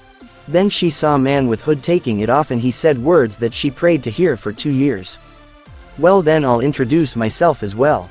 My name is Natsu Souleater, I'm Chaos Dragon and my father is Black Dragon of Apocalypse, Acnologia. She was barely refrained herself from jumping at him in joy. There was just one thing she needed to ask so she would be sure. She had to ask him just once. Natsu? She heard herself speaking. Pink-haired teen looked at her and his eyes widened, Lizana. She heard him speaking her name. She couldn't hold back anymore. They were her friends from her universe. They were one who will take her home. She jumped and hugged tightly teen that she knew didn't like being hugged but she was so happy. She could feel him stiff slightly. She let him go and looked at shocked faces of her friends.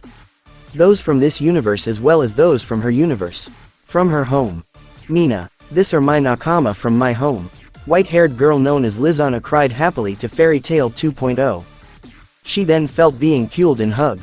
Lizana, I can't believe it's really you. Urza said. We all thought you died. Gray said hugging her next.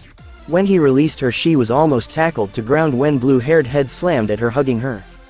I was so sad when we thought you died. I was sure that I would never see you again. I'm so happy that you're alive. Wendy said hugging her and happy tears running down her face. She patted Happy and Charla and smiled at her adopted children that she raised with Wendy. Then 3 more people with white hair and blue eyes similar to Lizana step out of the crowd with smiles on their faces. Natsu and others saw this universe's Mira, Elfman and 1 more Lizana step out. They hugged her and Mira said, we're really happy that you will be going home, Lisa. Lisa, Lucy asked looking at Mira 2.0. Oh, right, we decided some time now that we will call her, Lisa, since we have Lizana as well so that we can easily recognize one from another. Mira 2.0, said with bright smile. That's nice, Urza said with smile. Ahem, did everyone forgot about me? Natsu 2.0, asked annoyed. Flame Brain, you can't forget people that are so annoying. We simple ignored you, Gray 2.0, said with smirk. It's so weird to watch people teasing Natsu. Back home he would already eating dirt for saying that, Lucy said to Urza who just nodded. Why is that? Makarov 2.0, asked overhearing the girls' conversation. He's scary, Happy said flying to them. More like terrifying, Gray said with shiver. Makarov 2.0, turned his head to look at Natsu and for some reason the boy looked annoyed and angry. Natsu still looked annoyed for some reason as he watched his counterpart starting to fight Gray 2.0. Are you looking for fight, Snowman? Natsu 2.0, yelled at Gray 2.0. What if I am, Dragon Breath? Gray 2.0, yelled back. That's it, you asked for it, Natsu 2.0, yelled and his hand warped in bright orange flames and he hit Gray. They started fighting but were stopped when Natsu appeared in front of them and caught both of their fists shocking everyone in guild. How can my counterpart be so weak? Natsu yelled and threw both teenagers across the hall. Geez. Natsu said inside. Other just watch in shock as he sit at nearest table. Makarov 2.0 then thought about what Natsu said when he introduced himself. How strong is he? And I must say I noticed he said Chaos Dragon, he didn't say Chaos Dragon Slayer, Makarov 2.0 said. Others heard his question so they stopped talking to hear what will this other Urza said. Don't worry, you didn't misheard him nor did Natsu made mistake. He isn't Dragon Slayer. About what is it? Urza looked at Gray who said, almost 2 months. Urza nodded and said again, thanks Gray, and as I was saying. He isn't Dragon Slayer almost 2 months. He is a real dragon, so what you're seeing now is just human form of our strongest S-class mage. Fairy Tail 2.0 had their jaws on floor and their eyes were size of dinner plates. D-Dragon, they heard Gajil 2.0 speaking. He turned and looked at Natsu who was sitting there, looking around the hall. He seemed oblivious to their conversation, but he definitely listened what they were talking about. Flame Brain is a dragon. Gray 2.0 yelled and hopped on table pointing at Natsu who was still sitting. Natsu looked at Gray 2.0 lazily. So? He said coldly. Fight me. Natsu 2.0 jumped next to Gray 2.0 and yelled before other team got chance to say anything else. Hey, I was about to ask him that, you stupid flame brain. Gray 2.0 yelled. Wendy walked to them and said, I don't think you really want that. Of course I want that, they yelled in union. They then looked at Natsu waiting for answer. I'm not in the mood, Natsu said and stood up. That was new for Fairy Tail 2.0. Natsu refused to fight. That wasn't right. I see you haven't changed much, Lizana said cheerfully looking at Natsu. Natsu looked at her and said, I guess I haven't. Come on, Flame Brain. I want to fight you. Gray 2.0 said. Temperature in room drop. Do you know why I smell like blood and death? Natsu said coldly with his back turned to Gray 2.0. Gray 2.0 gulped at venom and coldness in his voice. I smell like that because I kill people that I fight, he said and turned to him and he saw his eyes. He had most evil smirk he had ever seen. His eyes were screaming in bloodlust. Everyone took step back from him. He's even more scarier than Urza, one member cried. Who would say that Natsu could be this scary? Other members said. Urza looked around and sighed. You do know that this isn't just empty threat, right? He really do that if someone doesn't stop him. Everyone went silent. Natsu's evil smile grew bigger when he practically could smell their fear. He looked at Gray 2.0, who was now sweating. You see, he said taking step toward him, I don't even use Fire Dragon Slayer magic. He then warped his hand in black energy and around it danced red sparks. He then turned toward Natsu 2.0 and said, but I would actually like to fight with my counterpart. I always respected Igneal's strength. He was one of rare ones that my father acknowledged as king of one of Dragon's nations. Now that I think about it, I'm actually in mood to fight with his son. Maybe if I ever meet him again I'll say that I met you here. Natsu 2.0 looked at him in shock before grinning at him warmly. That actually confused the Chaos Dragon. He never saw his face grinning like that. He never saw himself so happy. Thanks. Me, he said rubbing back of his head, I'm happy that you think like that about my father. No need to thank me, Natsu. Your father was great dragon. He then looked at Makarov 2.0. Would you happen to have place where we could fight? I would be happy if it would be pretty big cause I don't want to destroy any part of Guild Hall or town. Makarov 2.0 smiled. At least this one care about bills, he thought. Come with me whoever want to watch this fight, he yelled and they headed out of the guild toward beach. Everyone went with them to watch fight between Dragon and Dragon Slayer. When everyone went outside to watch the fight, Bet's here, Kana yelled holding 2 boxes, one on which was written Soul Eater and one on which was written Dragneal. Everyone was now behind Guild Hall on Big Beach. Natsu walked from the crowd on one side of the field. Natsu 2.0 get on other side and now they faced each other with 50 meters between them.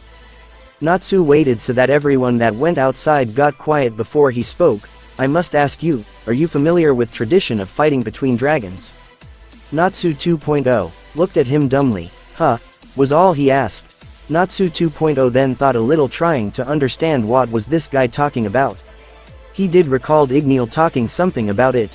What was it? Oh, He said in realization, clapping with his hands. Natsu smirked and said, I guess you remembered. Natsu 2.0. Put serious face, surprising few of his guild members. Would you like to begin? Natsu asked. Oh, and you don't have to worry. I have no intention to kill you in this fight despite tradition. This got others curious. What are they talking about? Everyone thought. Gray 2.0 turned his head to Gajil 2.0. Do you know what they're talking about, Metalhead? Gajil 2.0 shuddered with his shoulders and shook his head. I have no idea. I guess Metallichna didn't bother to tell me that. Wendy overheard their conversation and walked toward them. It's tradition old, almost 900 years. They looked at her shocked and turned their head to the two pink-haired teens to watch what they'll do next. Natsu explained it to me when he started training me, Wendy said with smile. Both Mon's jaws dropped. He trained you? Wendy said happily. They turned once again their heads to the field. Natsu was just about to start talking. My name is Natsu Souleater. I am proud S-class mage of Fairy Tale Guild and I hold second place in Dragon Council underneath my father, Dragon King Acnologia. This guy liked to hear himself talking, Alzik 2.0 commented. That's part of tradition, Wendy said to Alzik 2.0 with little anger in her voice because he said that to her brother. I'm Chaos Dragon, Prince of the Dragons, and I am your opponent, Natsu finished. Natsu 2.0 smirked and started. My name is Natsu Dragneel, Fairy Tale Wizard. Son of Fire Dragon King Igneel. I'm Fire Dragon Slayer, Prince of the Fire Dragons, and I am your challenger. Natsu 2.0 finished and his guild had their mouth open. He's a prince? Gray 2.0 asked in disbelief. Don't tell me you didn't notice that until now, Gajil said. Of course he's a prince if his father is king. Natsu and his counterpart then did one thing that none expected except Wendy, who knew about tradition. They bowed to each other. Everyone looked at them astonished. One part of them, Fairy Tale 2.0 part, watched shocked because Natsu 2.0 show so much respect to someone to even bow to him. Another part, namely Urza, Gray, Gajil, Lucy, Happy, Charla, Lily and Lizana, watched shocked because Natsu bowed to someone. Just that was enough to leave them speechless. Not that he just show respect to someone, he even bowed to him. Natsu just bowed to someone. Urza voiced everyone's thoughts. It was deep bow that showed much respect, and when two men straightened themselves they got into fighting stance. And before you could blink, Natsu 2.0 fired himself at pink-haired dragon. Natsu 2.0 tried to hit him directly in head, but Natsu easily sidestepped and Dragon Slayer's fist missed him. Natsu 2.0 tried to hit him, moving his legs and arms too fast for normal eye to see. But Natsu blocked or dodged every one of his hits and blows. Seeing that he won't get anywhere without using magic, Natsu 2.0 lit his right fist on fire and tried to hit his dragon counterpart in stomach, and much to everyone's surprise he did hit him. But instead of hearing his opponent growling in pain, he looked at his face and saw him smirking. Not bad, son of Igneel, Natsu said, jumping several meters from his counterpart. You're not bad yourself, son of Acnologia, Natsu 2.0 said, panting slightly. So I guess we'll start using magic now, Natsu said, and his smirk turning into small evil grin. Natsu 2.0 grinned at his counterpart happily. Fire dragons, Natsu 2.0 chanted, taking deep breath. Chaos dragons, Natsu also started taking deep breath. Roar. They both yelled in union, and two massive tornado of energy fired from their mouth. From Natsu's 2.0 fired brilliant orange flames, while from Natsu's fired black and red chaos energy. When two attacks collided, it was obvious that Natsu's was way bigger and stronger because it immediately overpowered Natsu's 2.0.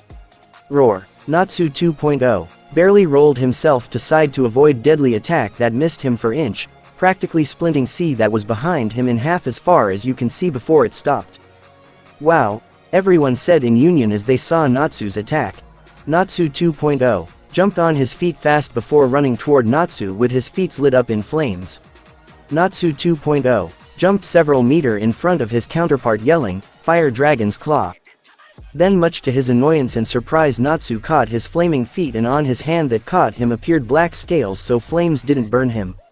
Natsu then take his feet with his other arm, and on her appears scales immediately, and he spin Fire Dragon Slayer trough the air. He let him go before other one could react, and Natsu 2.0 fly trough the air, landing 40 meters away, hitting ground pretty hard. He let out quiet moan of pain as he get up, rubbing his sour head. That was first thing that landed. Before he could react, he heard another attack coming his way. Chaos Dragon's Iron Fist. Natsu yelled and hit his Dragon Slayer counterpart in stomach, knocking air out of him and sending him flying once again. When Natsu 2.0 landed, he was breathing heavily, trying to get air back in his lungs. Few drops of blood started seeping down his mouth. That's at least one broken rib, he thought and frowned. He then got back on his feet and run to his counterpart, yelling, "Fire Dragon's Wing Attack!" He jumped in air and his arms warped in flames, and then he sent the flames at his counterpart that didn't move muscle. And right before the attack hit him, he said in calm voice, "Dragon Slayer Lost Art, Chaotic Void." Black magic circle appeared below him and he vanished in front of their eyes. Natsu's 2.0 eyes widened when his counterpart vanished, and in next second he could smell him behind him. Natsu appeared behind Dragon Slayer and said in calm voice again, "Chaos Dragon's Chaotic Elbow." His elbow lit in chaos magic and he hit Natsu 2.0 straight in head, and when they landed on ground, Natsu 2.0 was barely awake. He lay on ground trying to get up. Natsu walked to him and stood above him. "You're persistent, aren't you?" he said with a motionless face. He watched with amusement in his eyes as his counterpart slowly get back to his feet, still fighting to stay awake.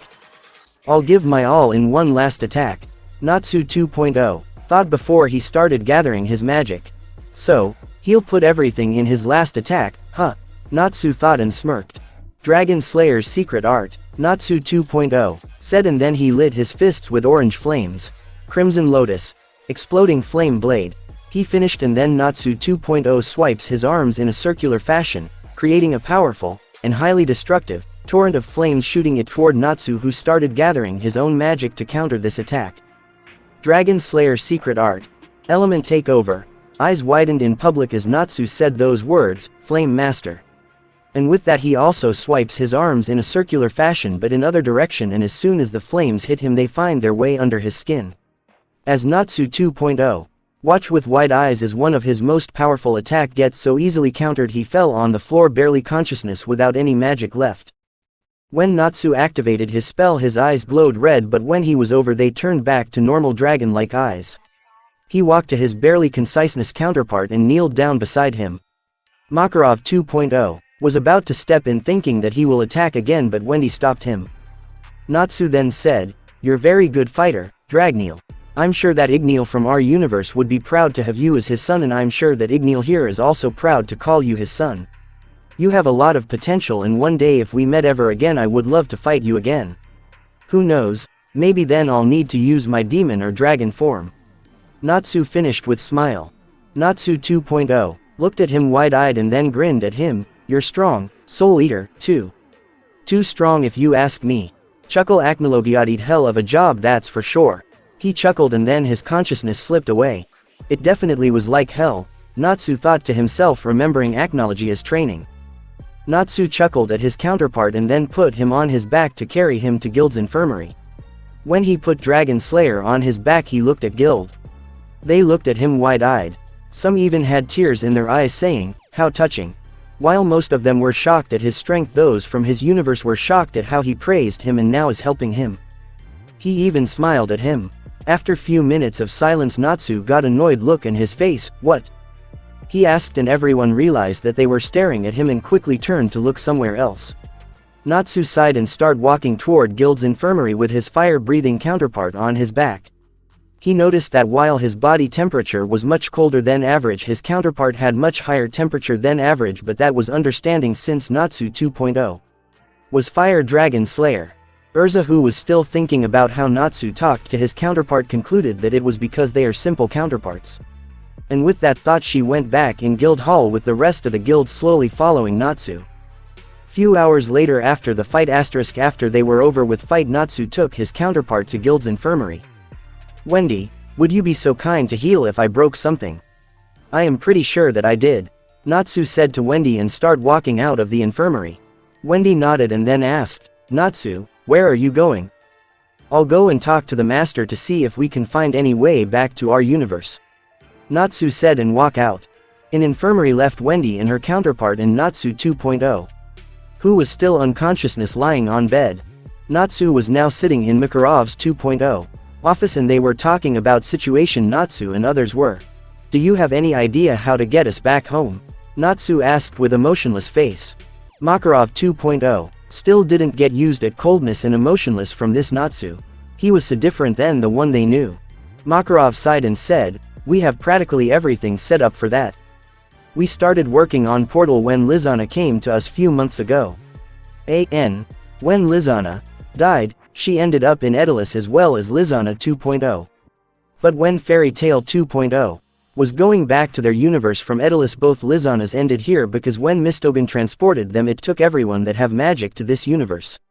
It happened few months ago. We did finished it, but the problem is that we need bigger power source than we currently have. Natsu raised eyebrow and asked, how big do you need? Makarov 2.0 answered, it needs to be at least of the 2 wizard saints, and since I don't want council to stuck their noses in our business I didn't ask any other wizard saint. We were waiting for Gildarts to come home because he has power equal to wizard saint and then we would maybe be able to send you home. Natsu smirked and Makarov 2.0 looked at him confused. Natsu looked at him with amusement in his eyes, smirk still there. You do realize that I have bigger magical container than Gildarts, right? Makarov 2.0 looked at him dumbfounded. He didn't even think about it. Urza said that he's dragon and dragons are the most powerful creatures that exist, but who would even think about Natsu being so strong? Sure, his counterpart was strong as well, but this one was definitely stronger and it was well shown in their fight. After few minutes Natsu watched his old man stare at him dumbly. As it lasted for a while now Natsu sweet dropped. He really didn't even get that idea. Ahem, Natsu coughed to get man's attention. Makarov 2.0 blinked in surprise and then said, right, I must say I didn't get that idea. So, if you wish we can send you and your friend home today. Natsu's face became emotionless and he said shortly, no. Makarov gave him puzzled look, gesturing for him to continue and explain yourself. I would like to stick around for at least a day. This place seemed really interesting and I would like to talk with my counterpart a little bit more. Natsu said and stood up to leave Master's office, but before he could walk out Makarov 2.0 said, oh, I almost forgot. Natsu, who was now standing with his back turned to the old man, turned just his head to look at his master's counterpart. When you came here, you didn't know anything about anima nor about different universes. Mistogen didn't explain you much. Natsu, after hearing that name, turned fully to Master with slightly confused look. None said anything to us about anima and I don't know anyone called Mistogen. Now it was Makarov's 2.0 turn to be confused. You didn't have member in guild that called himself Mistogen? Natsu shook his head. No. That's weird. Makarov 2.0 thought, how come he don't know about Mistogen? Sure, if he was put in sleep by his magic he didn't saw him, but still he should at least heard about him. And if he really is above Gildarts level he should even be able to stay awake. What if? Makarov's 2.0 eyes widened slightly and then went back to normal when he realized what happened. Mistogen was counterpart of Jalal form Edilus. Natsu frowned at hearing Jalal's name. It's pity I can't kill that bastard in every universe, he thought. He came to our universe to close anima when it opened somewhere, but the one that take us to Edilus was too big to be closed, so we were sucked in. I guess since Mistogen was from Edilus he didn't have counterpart in your universe. Makarov 2.0 finished and Natsu nodded in agreement. Say, Natsu, how many S-class wizard have you in Fairy Tail in your universe? Makarov 2.0 asked. Natsu then thought about it slightly, counting them inside his head. 1, 2, 3, 4, that's it. We have 4 S-class. Urza, Mira Jane, Gildarts and me. Here, Natsu said. Makarov 2.0 said, we have 3 S-class since Mistogen and Laxus left the guild. But I must say your counterpart is pretty close to become 1. Natsu smirked. You have S-class trials soon, I presume. Makarov 2.0 nodded and smiled. Next month. Natsu looked at old man's smiling face and smiled back. So do we. They now headed out of the office together.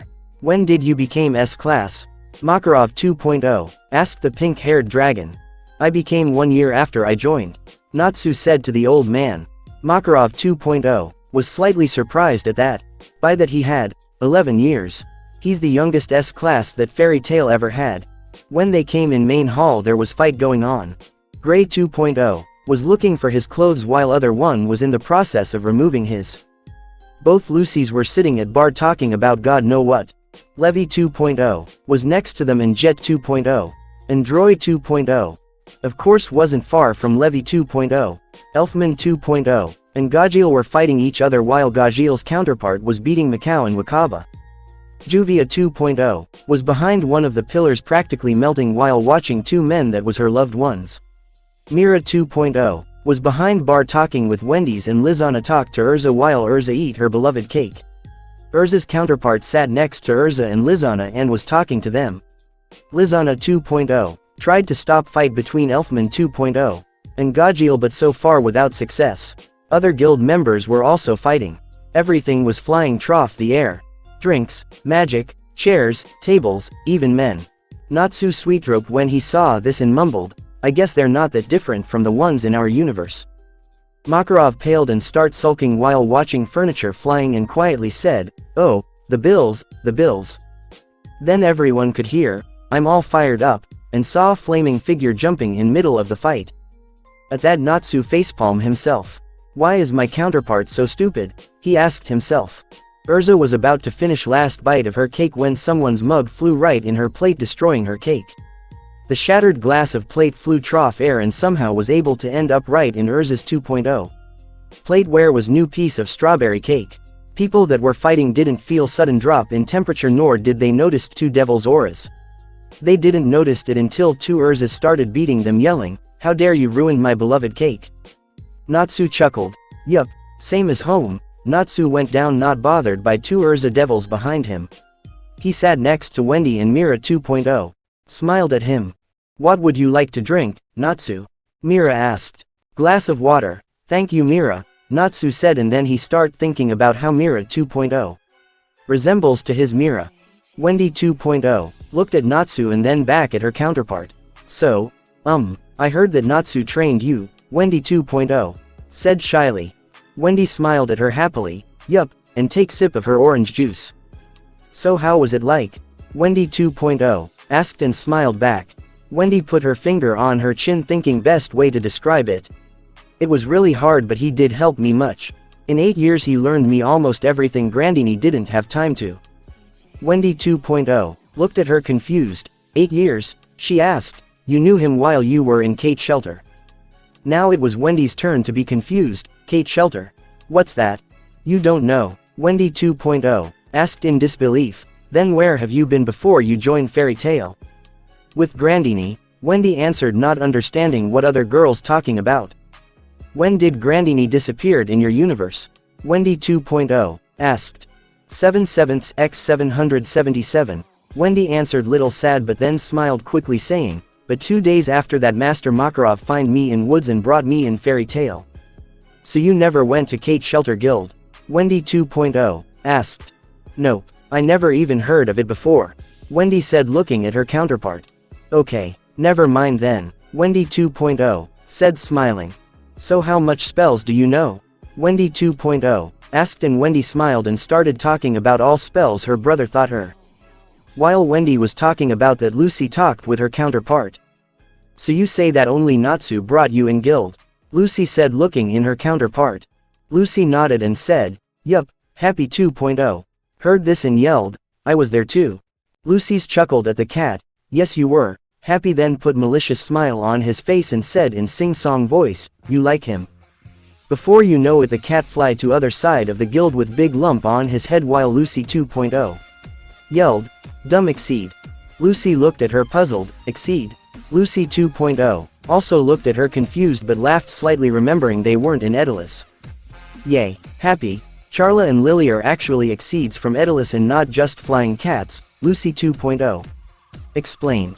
Natsu heard this and thought, well, that explains it. Yo, counterpart. Natsu heard all too familiar voice yelled. He turned his head to see his counterpart's smiling face.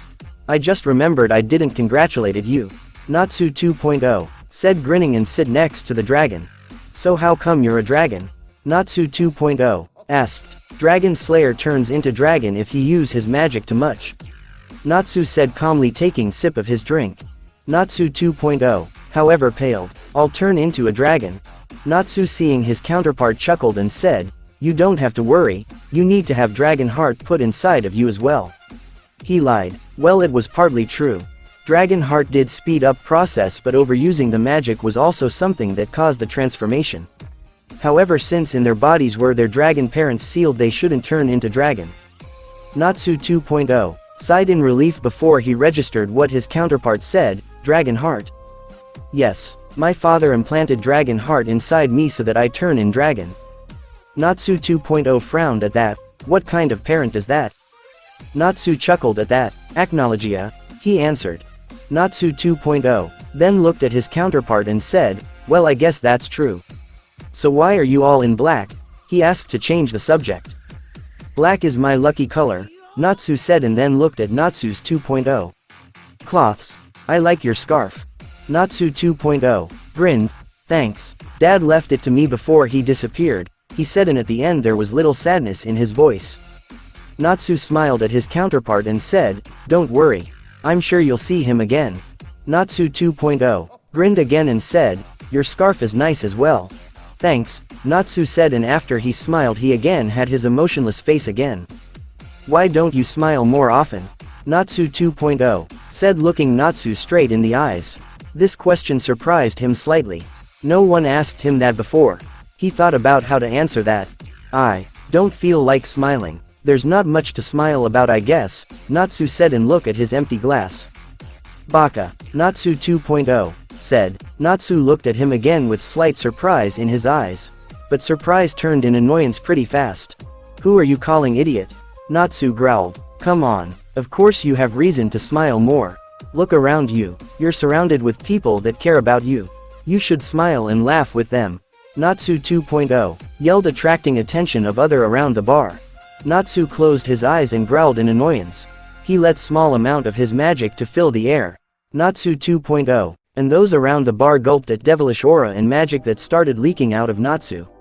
Natsu 2.0 sighed and walked from the bar saying, "Suit yourself." He then went to Gray 2.0 and start fighting with him, and soon after Gray joined. Others that stay at bar stare at Natsu in silence and then started to speak again when Natsu stopped letting out his magic. "He's scary," Lucy 2.0 whispered to her counterpart. "That was nothing. You should see him when he actually tried to be scary," Lucy said, and then both shivered. Everyone started talking with each other. Natsu looked for a while in his empty glass. "Do I really have reason to smile more often? I mean, I smiled to Wendy, Mira, and to Urza, Lucy, Gray, and I smiled to Master. I even smiled to those dumb cats too, I mean, exceeds." Then Natsu got to conclusion. "I smile often." He then thought about it for a little more. "I smile when I'm in fight. I mean, it's really funny to see them with those faces filled with horror. Oh, and that Kageyama guy. His face was priceless," Natsu thought, and on his face appeared his famous wicked smile. Lucy looked at him and said her counterpart to do the same. Lucy 2.0 looked at him and shivered. "I wonder what he's thinking about," Lucy 2.0 said with nervous smile. "You don't want to know," Wendy said to her with horrified face. All around him gulped again. After few minutes they could hear the well-known bells in town. "It looks like Gildarts is back," Natsu said with smirk. "Nina, I'm home." They all heard Gildarts 2.0 shouted as soon as he opened the doors with big boom. "Hi, Gildarts, so how did the job go?" Lizana asked, walking toward him. "Oh, hi Lisa, it was really easy. I don't think it needed to even be S-class request," Gildarts 2.0 said, smiling. Then a flaming punch flew toward him, trying to punch him in face, but Gildarts 2.0 just sidestepped. "Come on Gildarts, fight me," Natsu 2.0 yelled. Gildarts 2.0 laughed and said, "Not now Natsu." "Oh come on," Natsu 2.0 moaned. And after that he tried to hit him again, but this time Gildarts 2.0 sent him flying off the roof. Gildarts 2.0 rubbed his forehead and then he said in unison with someone, "That blockhead." Gildarts 2.0 turned so fast that if you blinked you would missed it. "That voice," he thought, and when he turned he saw Natsu sitting at the bar looking toward the new made hole in roof. His jaw fell onto the floor as he saw Natsu all in black. "Natsu, but I just kick you out off the roof," he yelled. Natsu looked at him with his emotionless face and cold dragon-like eyes. Gildarts 2.0 shivered when he saw his eyes, but what really shocked him was the boy's aura. It was so dark and powerful, and it screamed death. He needed all his willpower not to take the step back. And for some reason the aura seemed awfully familiar. Before Gildarts 2.0 could say anything else, Makarov 2.0 came to him and explained to him that Natus and others from his universe were from parallel universe from which Lizana came from. And at the end he added, "Oh, and I almost forgot to tell you. Natsu here," he said pointing at Natsu, "is Chaos Dragon, son of Acnologia." At that Gildarts 2.0 paled, and he could immediately remember from where was his aura so familiar. It's almost the same as Acnologia's. Then he remembered what Master Makarov 2.0 just said. "How do you mean Chaos Dragon? Shouldn't it be Dragon Slayer?" Gildarts 2.0 said, confused. Makarov 2.0 chuckled because he asked almost the same question. "No, I didn't say anything wrong. He's a real dragon. He turned into a dragon almost 2 months ago." Gildarts 2.0 just stared at him for few seconds, trying to process what his master just told him. "He's a dragon," Gildarts 2.0 shouted after few minutes of silence. At that all six, Natsu 2.0, who got back inside the guild, Wendy 2.0, Gajil 2.0, and Natsu, Wendy and Gajil, dragon slayers, covered their ears. Not so loud. They all shouted in union. Gildarts 2.0 smiled stupidly. "Oh, right. Sorry." They sighed. Gildarts 2.0 turned serious then and walked toward Natsu, who was now had his back turned to Gildarts 2.0. Drinking his drink. Everyone in the room whispered as they watched their ace walking toward pink-haired dragon. "Ahem," Gildarts 2.0 said, getting Natsu's attention. "Need something?" Natsu asked, raising an eyebrow. "Fight me," Gildarts 2.0 said, and now all went quiet. After a minute of silence, Natsu chuckled. "Why would I do something like that?" Gildarts 2.0 then showed him his missing leg and arm that were just like the ones from Gildarts 2.0. "I want to see if you have right to call yourself son of the monster that did this to me." Wendy, Gajil, Urza, Gray, Lucy and Katz paled. "He didn't," Urza whispered. "Please say me he didn't just said that," Wendy said, shaking. "He did. I felt sorry for the man," Gajil said. "They all know that Natsu don't take well when someone call him monster, but if you called his father a monster, better run. Run as far as you can and don't look back." Natsu rose up from his seat, looking Gildarts 2.0 straight in eyes as his magic surrounded him. When he fully stood up, he disappeared. Everyone watched with wide eyes as he reappeared right in front of Gildarts 2.0. "And punch him in stomach." The punch threw Gildarts 2.0 across the guild hall and right off the wall as he landed on beach where Natsu and his counterpart fought earlier that day. "You wanna fight? The fight will you get?" Natsu growled at Gildarts 2.0, who was now sitting in the middle of the beach getting up.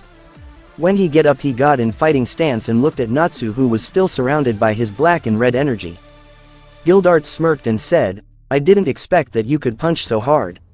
I'm impressed, kid." Everyone were by now outside again, and Wendy 2.0 whispered to her counterpart, "Why, I have feeling that Gildarts just made huge mistake." "You don't have any idea how right you are," Wendy said to her counterpart, who frowned. "This won't end up good," Wendy 2.0 said, and Wendy nodded. "You know, Gildarts, I don't take well when people call me a monster. But if someone even dared to call my father a monster, I torture them. Oh, and don't worry, I won't kill you. I didn't kill them either. They done it themselves." Natsu finished with wicked grin, and everyone gasped when they heard Natsu's voice at the end started to turn demonic until it become completely. Next they heard was sound of tearing flesh and breaking bones. It was so awful that someone covered their ears, but it seemed like sound found his way in their heads and wasn't about to leave. Those one that still watched at Natsu, namely those from his universe, Wendy 2.0, Natsu 2.0, Makarov 2.0, Gajil 2.0, Urza 2.0, Gray 2.0, Lucy 2.0, Katz 2.0, and Gildarts watched, some in pure horror, some in fear, some even in awe, and some all of that, as on Natsu's back the skin was being teared off of his flesh, and slowly the flesh tear off of his bones as two large wings slowly grow on his back, tearing and breaking every bone and piece of flesh on their way. Then his skull was changing its shape, as well as two large black horns grow on it. Behind him start swinging black scaled tail with red markings. On his arms and chest formed scales as well as around his eyes. His legs looked like hind legs of the dragon as he stood now only on his front part of his foot. Ready to play, Gildarts? Natsu said in demonic voice, licking his lips like as when a predator looks at his prey. Wicked smile never leaving his lips. Everyone around him were now scared shitless. Makarov 2.0 watched at boy wide-eyed. How can his body hold so much magic power? His body should fall apart by now from that insane magical energy. Oh, Gildarts, you fool, now you too will be in a world of pain. Makarov 2.0 thought, worried for the safety of his child. He didn't think Gildarts 2.0 was weak, but this Natsu, Makarov 2.0, wasn't so sure he could defeat him himself. Gildarts 2.0 was on other hand in the same time awed at boy's strength and magical power as well as scared because it resembled so much to the power of his father. I'm ready when you are, Gildarts 2.0 said with smirk. In the next second Natsu appeared behind Gildarts 2.0 and whispered in his ear, your blood smell delicious. Makarov was the only one that was able to see him and he barely did. Gildarts 2.0 shivered as well as other dragon slayers that heard him. He's crazy, Gajil 2.0 said to Gray, who nodded. And then Natsu hit him in back and sent him flying. Gildarts 2.0 spun in air and somehow landed on his feet. He stretched out his right hand and shoot his crash magic at Natsu, who easily dodged the attack and started running toward him in inhuman speed, but this time he let himself been seen. He lit his fist on with his magic and yelled, Chaos Dragon's Iron Fist. Gildarts 2.0 in last second barely dodged the attack and yelled, crushing evil, spreading the truth, Empyrean. He was able to hit Natsu with the spell and powerful uppercut, sending him crashing in ground much to everyone's surprise. Well, that was an easy fight, Gildarts 2.0 said, smiling, looking at crater that Natsu made when he hit the ground. He couldn't see Natsu because it was engulfed with smoke. Don't be so stupid, Gildarts. He won't go down that easily, Makarov 2.0 thought. Then just before Gildarts turned his back, in smoke appeared figure. Well, that actually hurt a little. I knew you're fun to fight. How about I show you another attack of mine? As smoke cleared, there stood Natsu with his shirt slightly tattered, but there wasn't even a bruise on him. Not even a scratch. He started building his magic. You should feel honored. I can use this attack only in this form and not many people saw it. This is one of the demon spells combined with my Chaos Dragon magic. Dragon Slayer Secret Art. Demon Lord. Oblivion's Fist. Natsu growled as he jumped high in air and his fist was warped in his magic energy, but instead of the energy being black with red sparks around it, it was red with black sparks. Gildarts 2.0 tried to dodge but wasn't fast enough to move his whole body, so attack hit his left prosthetic arm. When attack collided, there was large explosion and dust raised from the ground, making again smoke wall so no one could see beside those two what was going on. Gildarts 2.0 flew 10 meters backwards when the attack hit him and he fell on floor panting. He looked at his prosthetic arm in shock because it wasn't shattered like he thought it would be.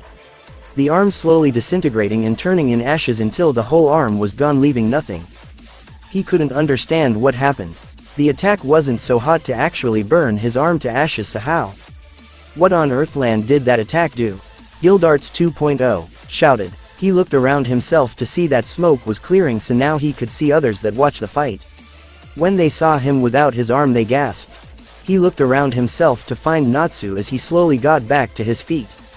You're lucky that that attack hit only your prosthetic arm. That it hit any other part of your body, you would disintegrate to ashes, they heard voice from above. Everyone's heads shoot upwards to see Natsu in the air with his wings spread. The sun was setting now and the sky looked like it was on fire. Natsu there in the sky looked even more scarier with his cold eyes and wicked grin. Real demon from nightmare. Gildarts 2.0 finally registered what he said and shivered at the thought. I have to be careful not to get hit by that again, he thought. Natsu charged again, this time yelling, Chaos Dragon's Wing Attack. His wings warped in chaos energy and shoot the attack at Gildarts 2.0. Who yelled, crushing evil, spreading the truth, Ikazuchi. This negate Natsu's spell and send the crash magic at Natsu, who just fly to the side to avoid the attack. Gildarts 2.0 looked at him annoyed, come down here already. He didn't have to say it twice cause in next second Natsu was already in front of him, hitting him with his tail right in head, sending him flying. Ow. Gildarts 2.0, moaned sitting up. He stood up again and now the two were in hand-to-hand combat. It seemed that they are equal in that, but if you looked closely you could see that Gildarts 2.0 had little trouble to keep up. I must say that I would have good time fighting with you if I'm in my human form. You would actually present a challenge, Natsu said, smirking evilly at the struggling man. Then go to your normal form, Gildarts 2.0 said while avoiding another strike coming from Natsu. First, my normal form is my dragon form. I don't think you would like it, he said as his smile grew wider when Gildarts 2.0 paled. And second, I have to let demon play sometime. And with that Natsu punched Gildarts 2.0 right in face, but Gildarts 2.0 somehow was able to kick Natsu in stomach and both men were sent flying trough the air.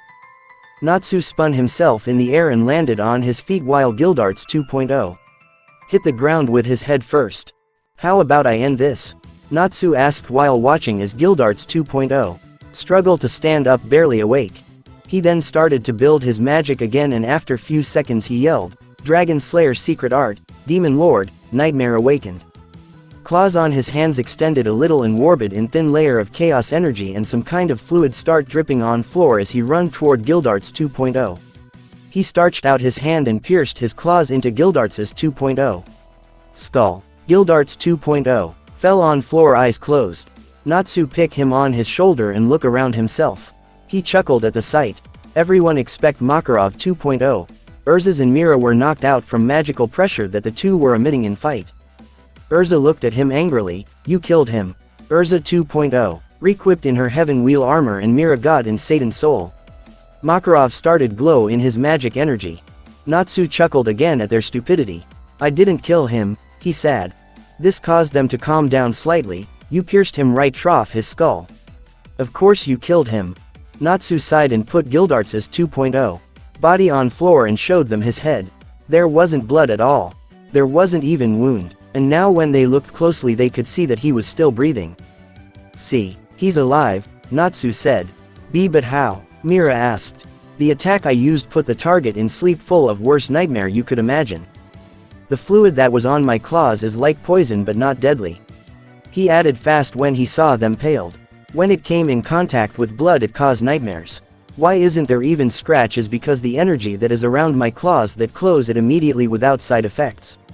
Of course, I can remove it whenever I want to, but until then he will have nightmares for the rest of his life until he go crazy because of them and kill himself, so he don't need to watch it anymore. Will you remove it? Makarov 2.0 asked, still pale. When he apologized for calling my father, I mean Acnologia monster, I will. Until then, no, Natsu said and then looked at other that were still unconsciousness. Let's take them inside, shall we? Natsu said, turning back in his human form with terrible sounds accompanying him again, and others cowered their ears.